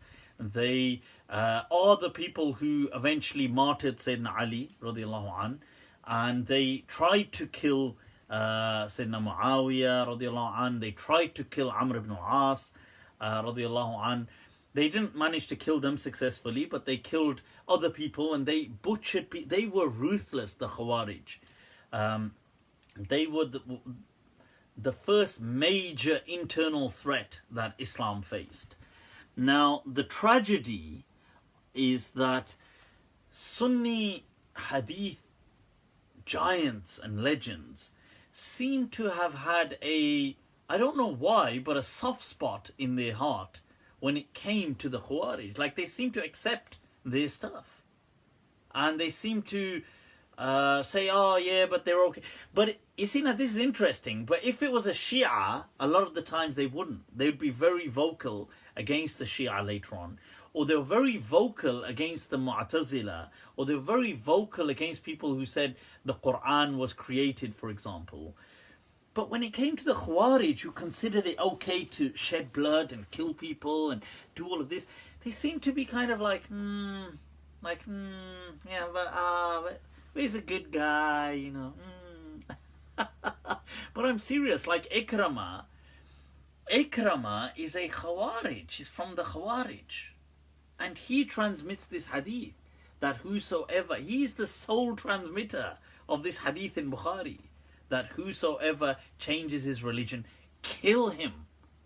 I mean, tell me something, if ISIS said that, if ISIS said, oh, here's a teaching to do with killing, would you take it from them? Now, here is a transmitter who is known, Imam Malik. This was the reason Imam Malik didn't like Ikramah, and he didn't like the fact that people took from him. And Ibn Umar and other companions openly they spoke against this person, that he was bloodthirsty, that he was one of the, and he wasn't just a normal, he was like a lead, he had a position amongst the Khawarij. But anyway, and he transmits, check this out, and they used to hate Ali radiallahu anhu. He says Ali burnt people to death because they changed their religion. And we're going to take his word for it.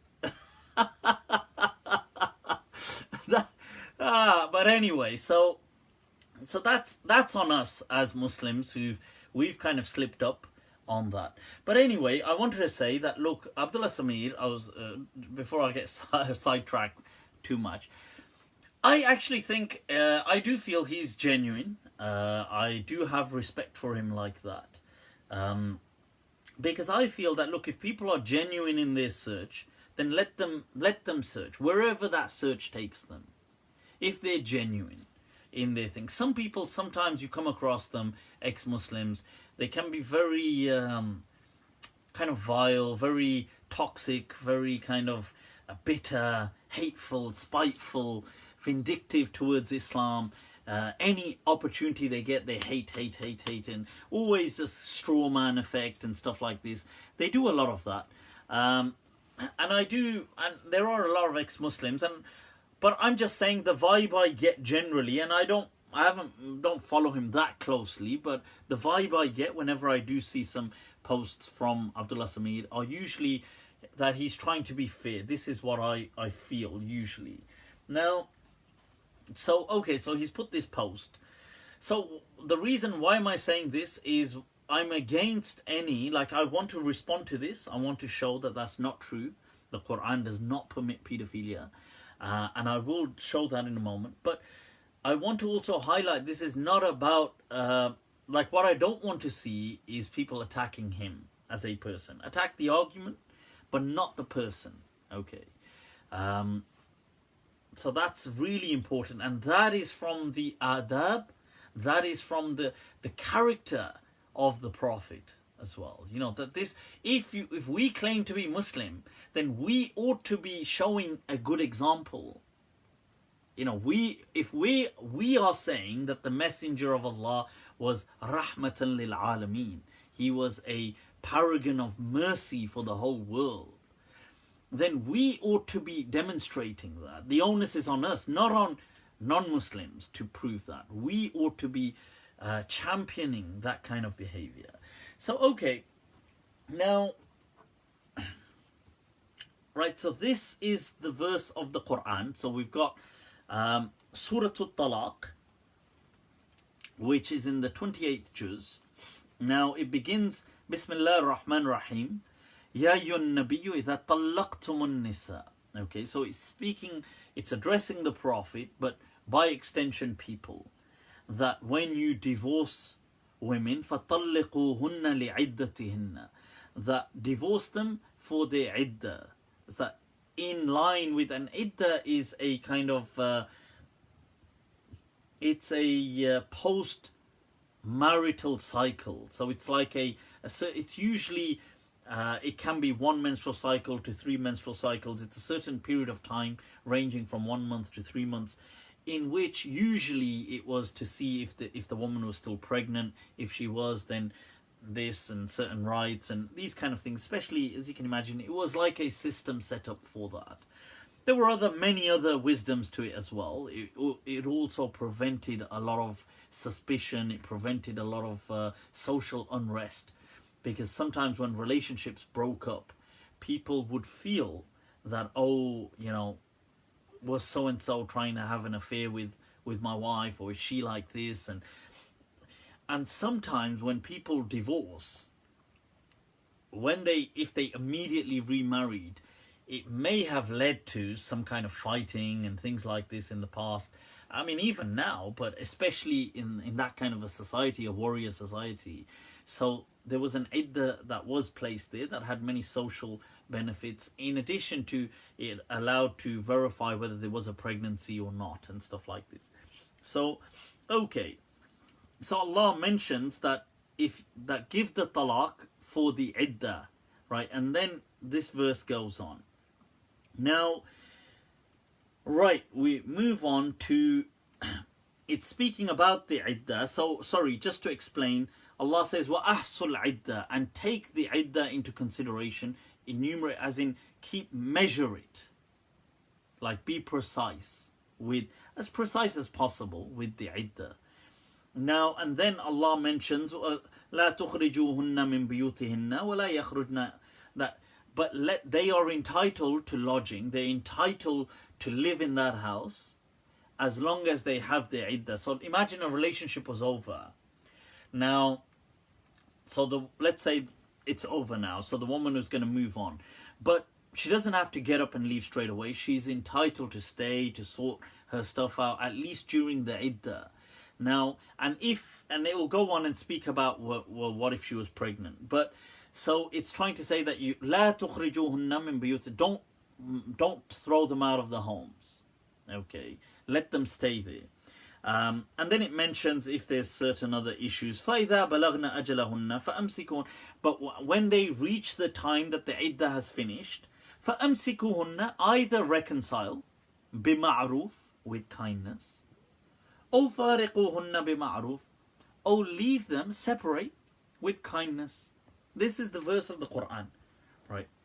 وَأَشْهِدُوا ذَوَيْ عَدْلٍ مِّنْكُمْ, but get witnesses as well, that you have decided to separate, or you've decided to reconcile. Let people be witnesses to this, just in case you, just in case there's some, later on people don't know, I mean, are you guys still together, have you separated? Let there be some witnesses, right? وَأَقِيمُوا الشَّهَادَةَ, let it be like clear testimony as well. ذَلِكُمْ يُوعَظُ بِهِ, God is advising you, admonishing you to do that, okay? مَنْ كَانَ يُؤْمِنُ بِاللَّهِ وَالْيَوْمِ الْآخِرِ, that if you believe in God, you will do that. You'll either, at that time, إِذَا بَلَغْنَا أَجْلَهُنَّ, keep them with kindness, بِمَعْرُوف, أو فارقوهن بمعروف, or let them go with kindness, and you will set up witnesses, at least two, ذوي عدل, who can testify that this is the decision that you guys have arrived at, and now you can go. And one of the wisdoms with the iddah, and Allah saying لا تخرجوهن من بيوتهن, do not send them out of the homes, is that sometimes in a bout of rage or something, anger or misunderstanding, people could be upset that they want to end the relationship.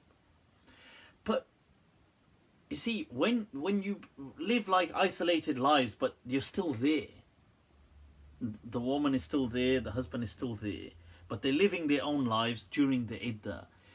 Now it's been a few weeks, it's been maybe a month, it's been, you see, like people kind of calm down. And then when they're seeing the other person as well, they're probably thinking, damn, you know, maybe I miss her, or I miss him, or I miss... And it allows that opportunity to reconcile. So then Allah says, and after that is that verse which I just read, that look, when the time comes, the iddah is finished, make up your mind then.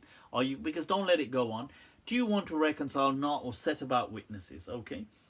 And then sometimes it can be, when a relationship ends, it can be quite daunting on a person. Like, think about it, the uncertainty. So Allah says, He reminds you, وَمَن يَتَّقِ اللَّهَ, but if you keep God in mind. You know, this ittaqillah is not fear. Yeah, that's khawf, khifillah, ikhshallah, fear Allah, dread God. Ittaqillah is to keep Him in mind. That if you are mindful of God, يَجْعَلْ لَهُ مَخْرَجًا, He will set a way out for you. Like, don't worry, like, God will watch over you. That's what. وَيَرْزُقْهُ مِنْ حَيْثُ لَا يَحْتَسِبْ, and God will feed you from places where you cannot imagine. So if a relationship is ending, it could be daunting. People could think, well, what's going to happen now? Should I grovel? Should I beg? Should I put up with oppression just so I can get food? So I can be fed? Like, you know, unfortunately, especially in the past, in patriarchal societies, women could have been in these kind of vulnerable positions. They still can today. And it doesn't have to be women, it could be men as well, but more so, unfortunately, we see with women. Does it mean they should kind of crumble, succumb? Should they, to kind of saying, well, okay, you know, so long as I've got some shelter and food, you know, I'll permit to be oppressed? Allah says, look, وَيَرْزُقْهُ مِنْ حَيْثُ لَا يَحْتَسِبُ. Allah will provide for you. You set that foot forth. I mean, you set about on your way. God will watch over you. He will provide you with provisions from where you cannot imagine. وَمَنْ يَتَوَكَّلْ عَلَى اللَّهِ فَهُوَ حَسْبُهُ. Indeed, whosoever relies upon God, God is sufficient for him or her. إِنَّ اللَّهَ بَالِغُ أَمْرِهِ قَدْ جَعَلَ اللَّهُ لِكُلِّ شَيْءٍ قَدْرًا. That Allah will reach what He has set out. Okay. Indeed, Allah has set everything to its scale. Now, these verses up until here, the person that objected doesn't bring these verses into consideration. He starts from this point here. Allah says, وَاللَّائِي يَئِسْنَ مِنَ الْمَحِيضِ مِن نِسَائِكُمْ إِنِ ارْتَبْتُمْ فَعِدَّتُهُنَّ.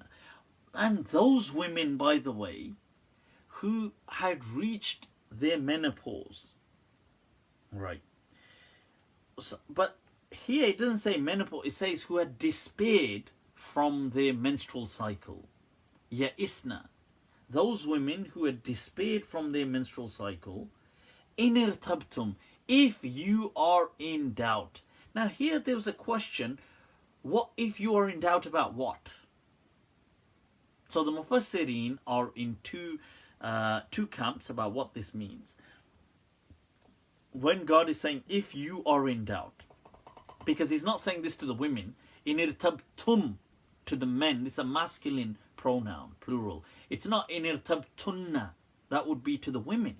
But it's saying, and those women who have despaired from their menstrual cycle, in irtabtum, if you men are in doubt. Now what does that mean? If you men are in doubt about what? So the scholars say either that you are in doubt that whether they have despaired from their menstrual cycle, meaning whether their menses have completely stopped, if you are in doubt about that. Some people have said maybe this doubt is referring to the iddah. If you are in doubt about has the iddah begun or not, has it been completed or not. But what makes sense is that if you are in doubt, as in the men, about whether they have had the menopause or not, because think about it, back then they weren't really too sure, and the men, what do they know? So if they're in doubt, فَعِدَّتُهُنَّ ثَلَاثَةَ أَشْهُرٍ, then their iddah is 3 months. Let them stay for just 3 months non-stop. Let that be the iddah. Okay. Let that simply be the iddah. That it's not going to be 3 menstrual cycles, then let it just be 3 months. Because are they pregnant or not or whatever, you can... It's an ample opportunity for all the factors we've mentioned before. وَاللَّائِي لَمْ يَحِضْنَ. And those who are not having their cycles. وَأُولَاتُ الْأَحْمَالِ. And those who appear to be pregnant. أَجْلُهُنَّ أَن يَضَعْنَ حَمْلَهُنَّ. Their iddah is until childbirth. وَمَنْ يَتَّقِ اللَّهَ يَجْعَلْ لَهُ مِنْ أَمْرِهِ يُسْرًا. And indeed, if you are mindful of God, He will create ease for you. Now, this is the verse that they are claiming allows pedophilia. Where, let me tell you, this part that said, after it said, those women who you are in doubt whether they've despaired from their iddah, whether they're at the menopause or not, let them have a 3-month cycle. And then it says, وَاللَّائِي لَمْ يَحِضْنَ. And those who have not had their cycle. The question is, what does that mean, those who have not had their cycle? Does this mean those who have not had their cycle because they're 6-7 years old? They're just little girls. They don't have a cycle. Or does it mean those who have not had their cycle due to some kind of abnormality? Now that's what this verse very clearly meant.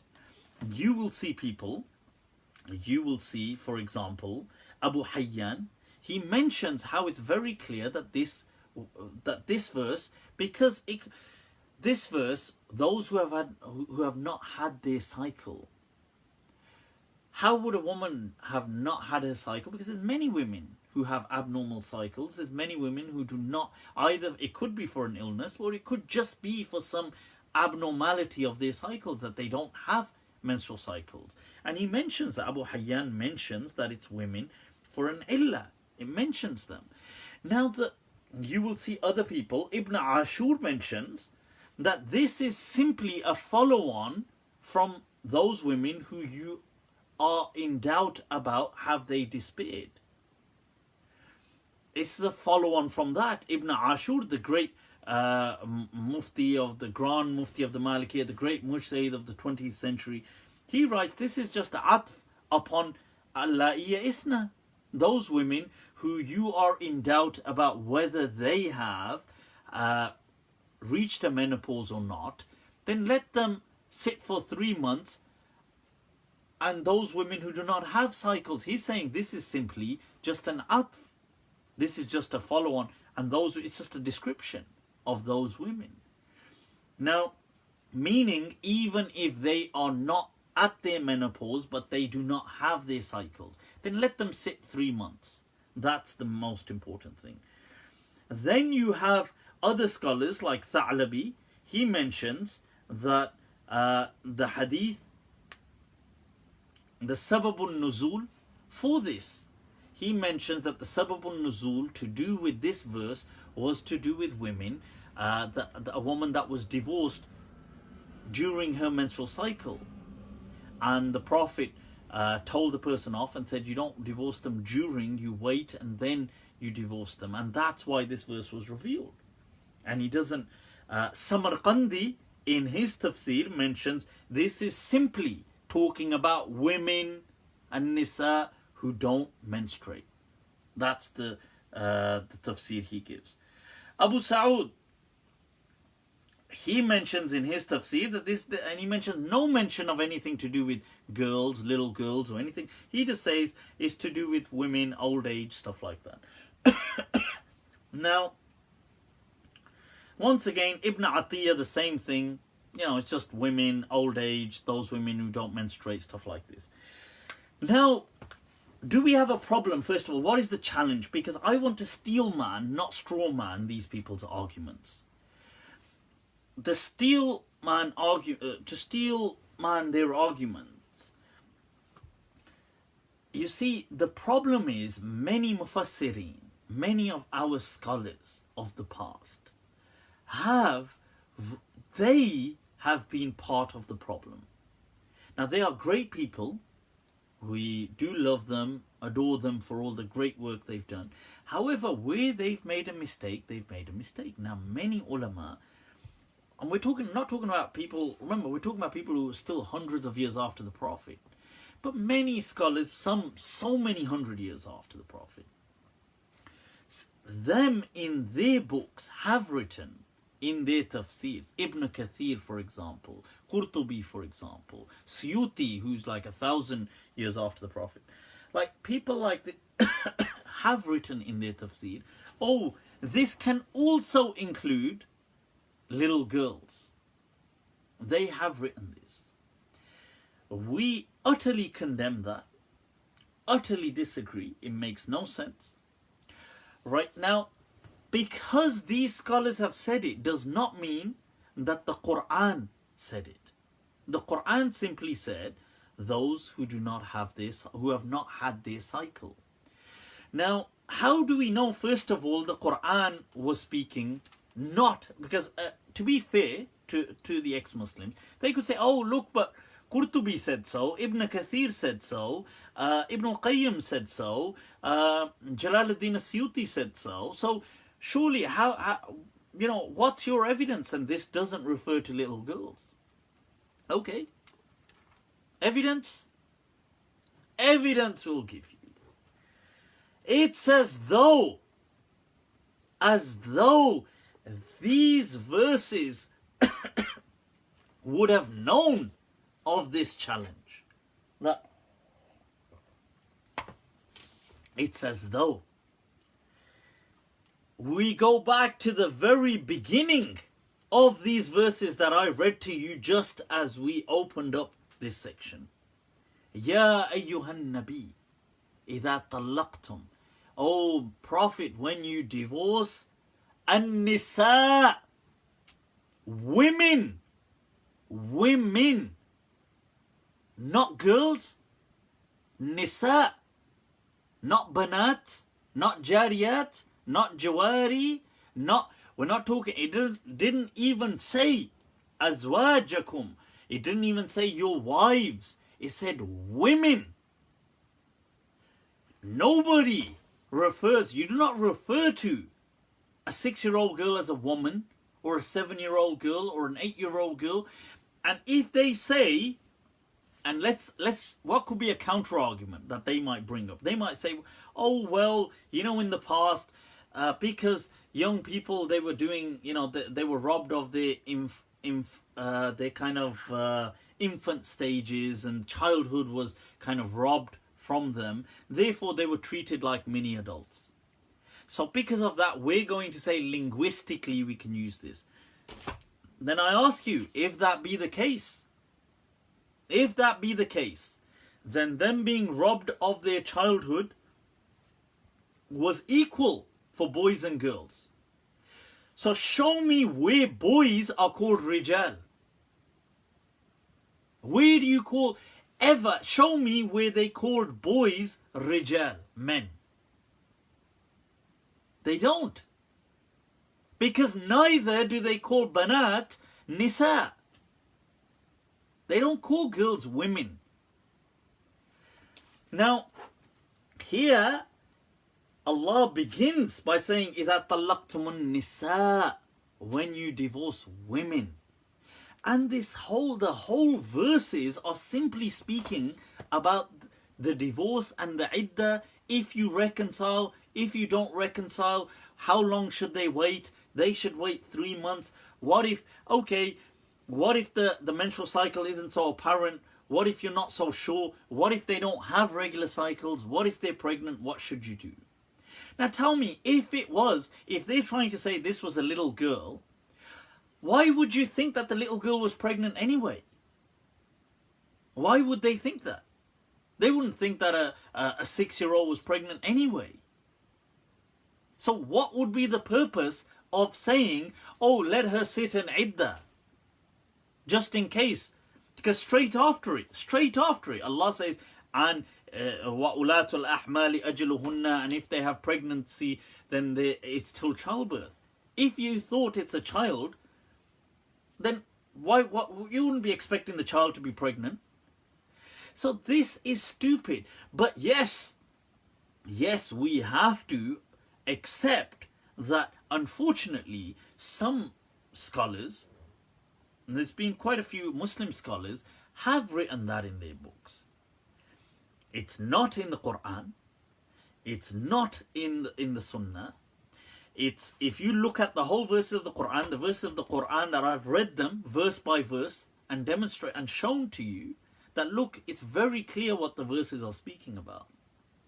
Imam Malik was very clear in his fatwa that it was haram, right, to have any kind of sexual relationship with a woman, I mean through marriage, unless she was nubile. He's very clear about that in his fatwa. Now, what I'm trying to say is the fatwa of men that make up fatwas, like I'm a mufti, I do issue fatwas like that. In the past there were many scholars, they all issued fatwas. Just because some of their fatwa were wacko, or were influenced by the kind of the global patriarchy in which they lived, doesn't mean that was Islam. So yes, if scholars have said it, we will accept that that's wrong. If they said, but there were other scholars that didn't say it.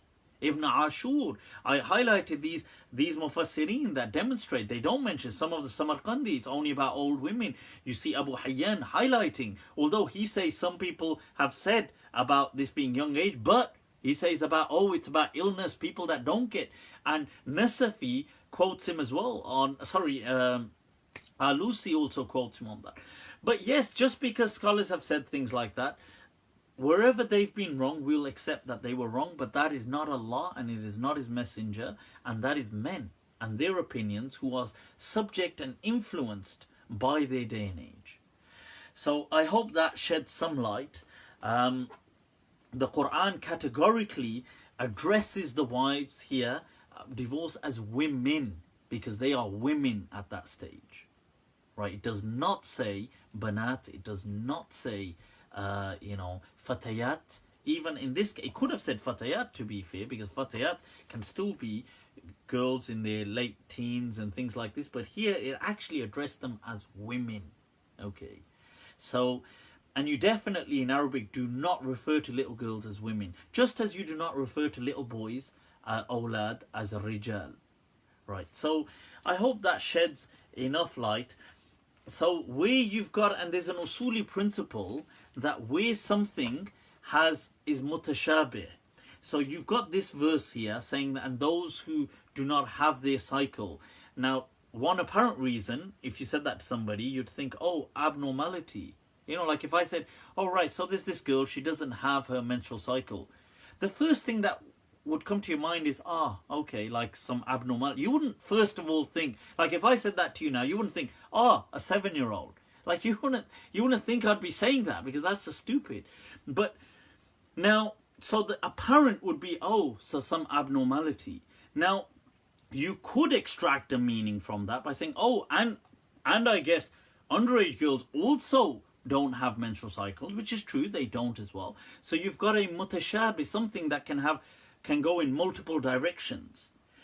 Whenever that clashes with something that is sarih, that is very clear, the clear thing, so the beginning of the verse begins with women, and it sets the tone that when you divorce women, then divorce them for the iddah.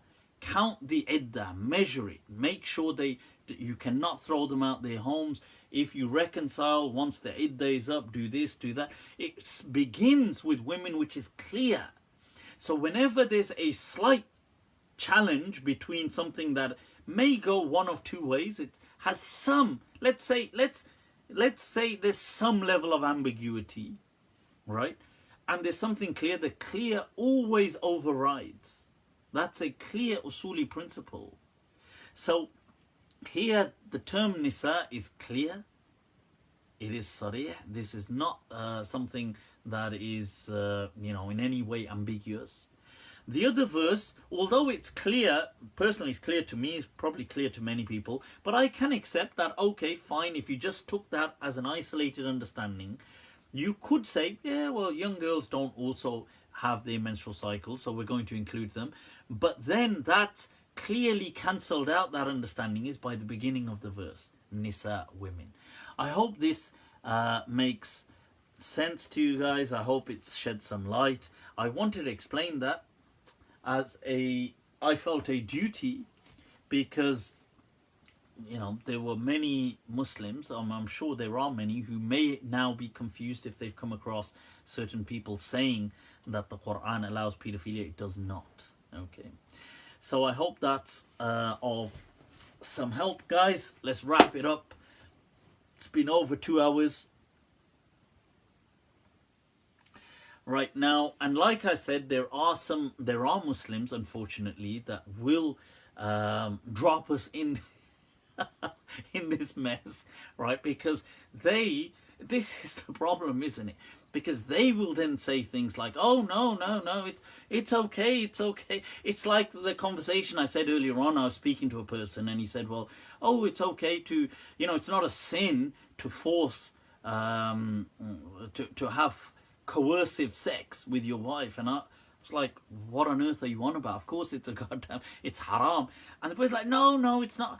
And this is the problem, that we are really to blame, that we are our problem, that whilst some people are trying to kind of like show that, look, the Quran, the Sunnah doesn't say these things. And this is why, wallahi, when I keep saying about Imam Malik, he said that, he said that لن يصلح آخر هذه الأمة إلا ما أصلح أولها.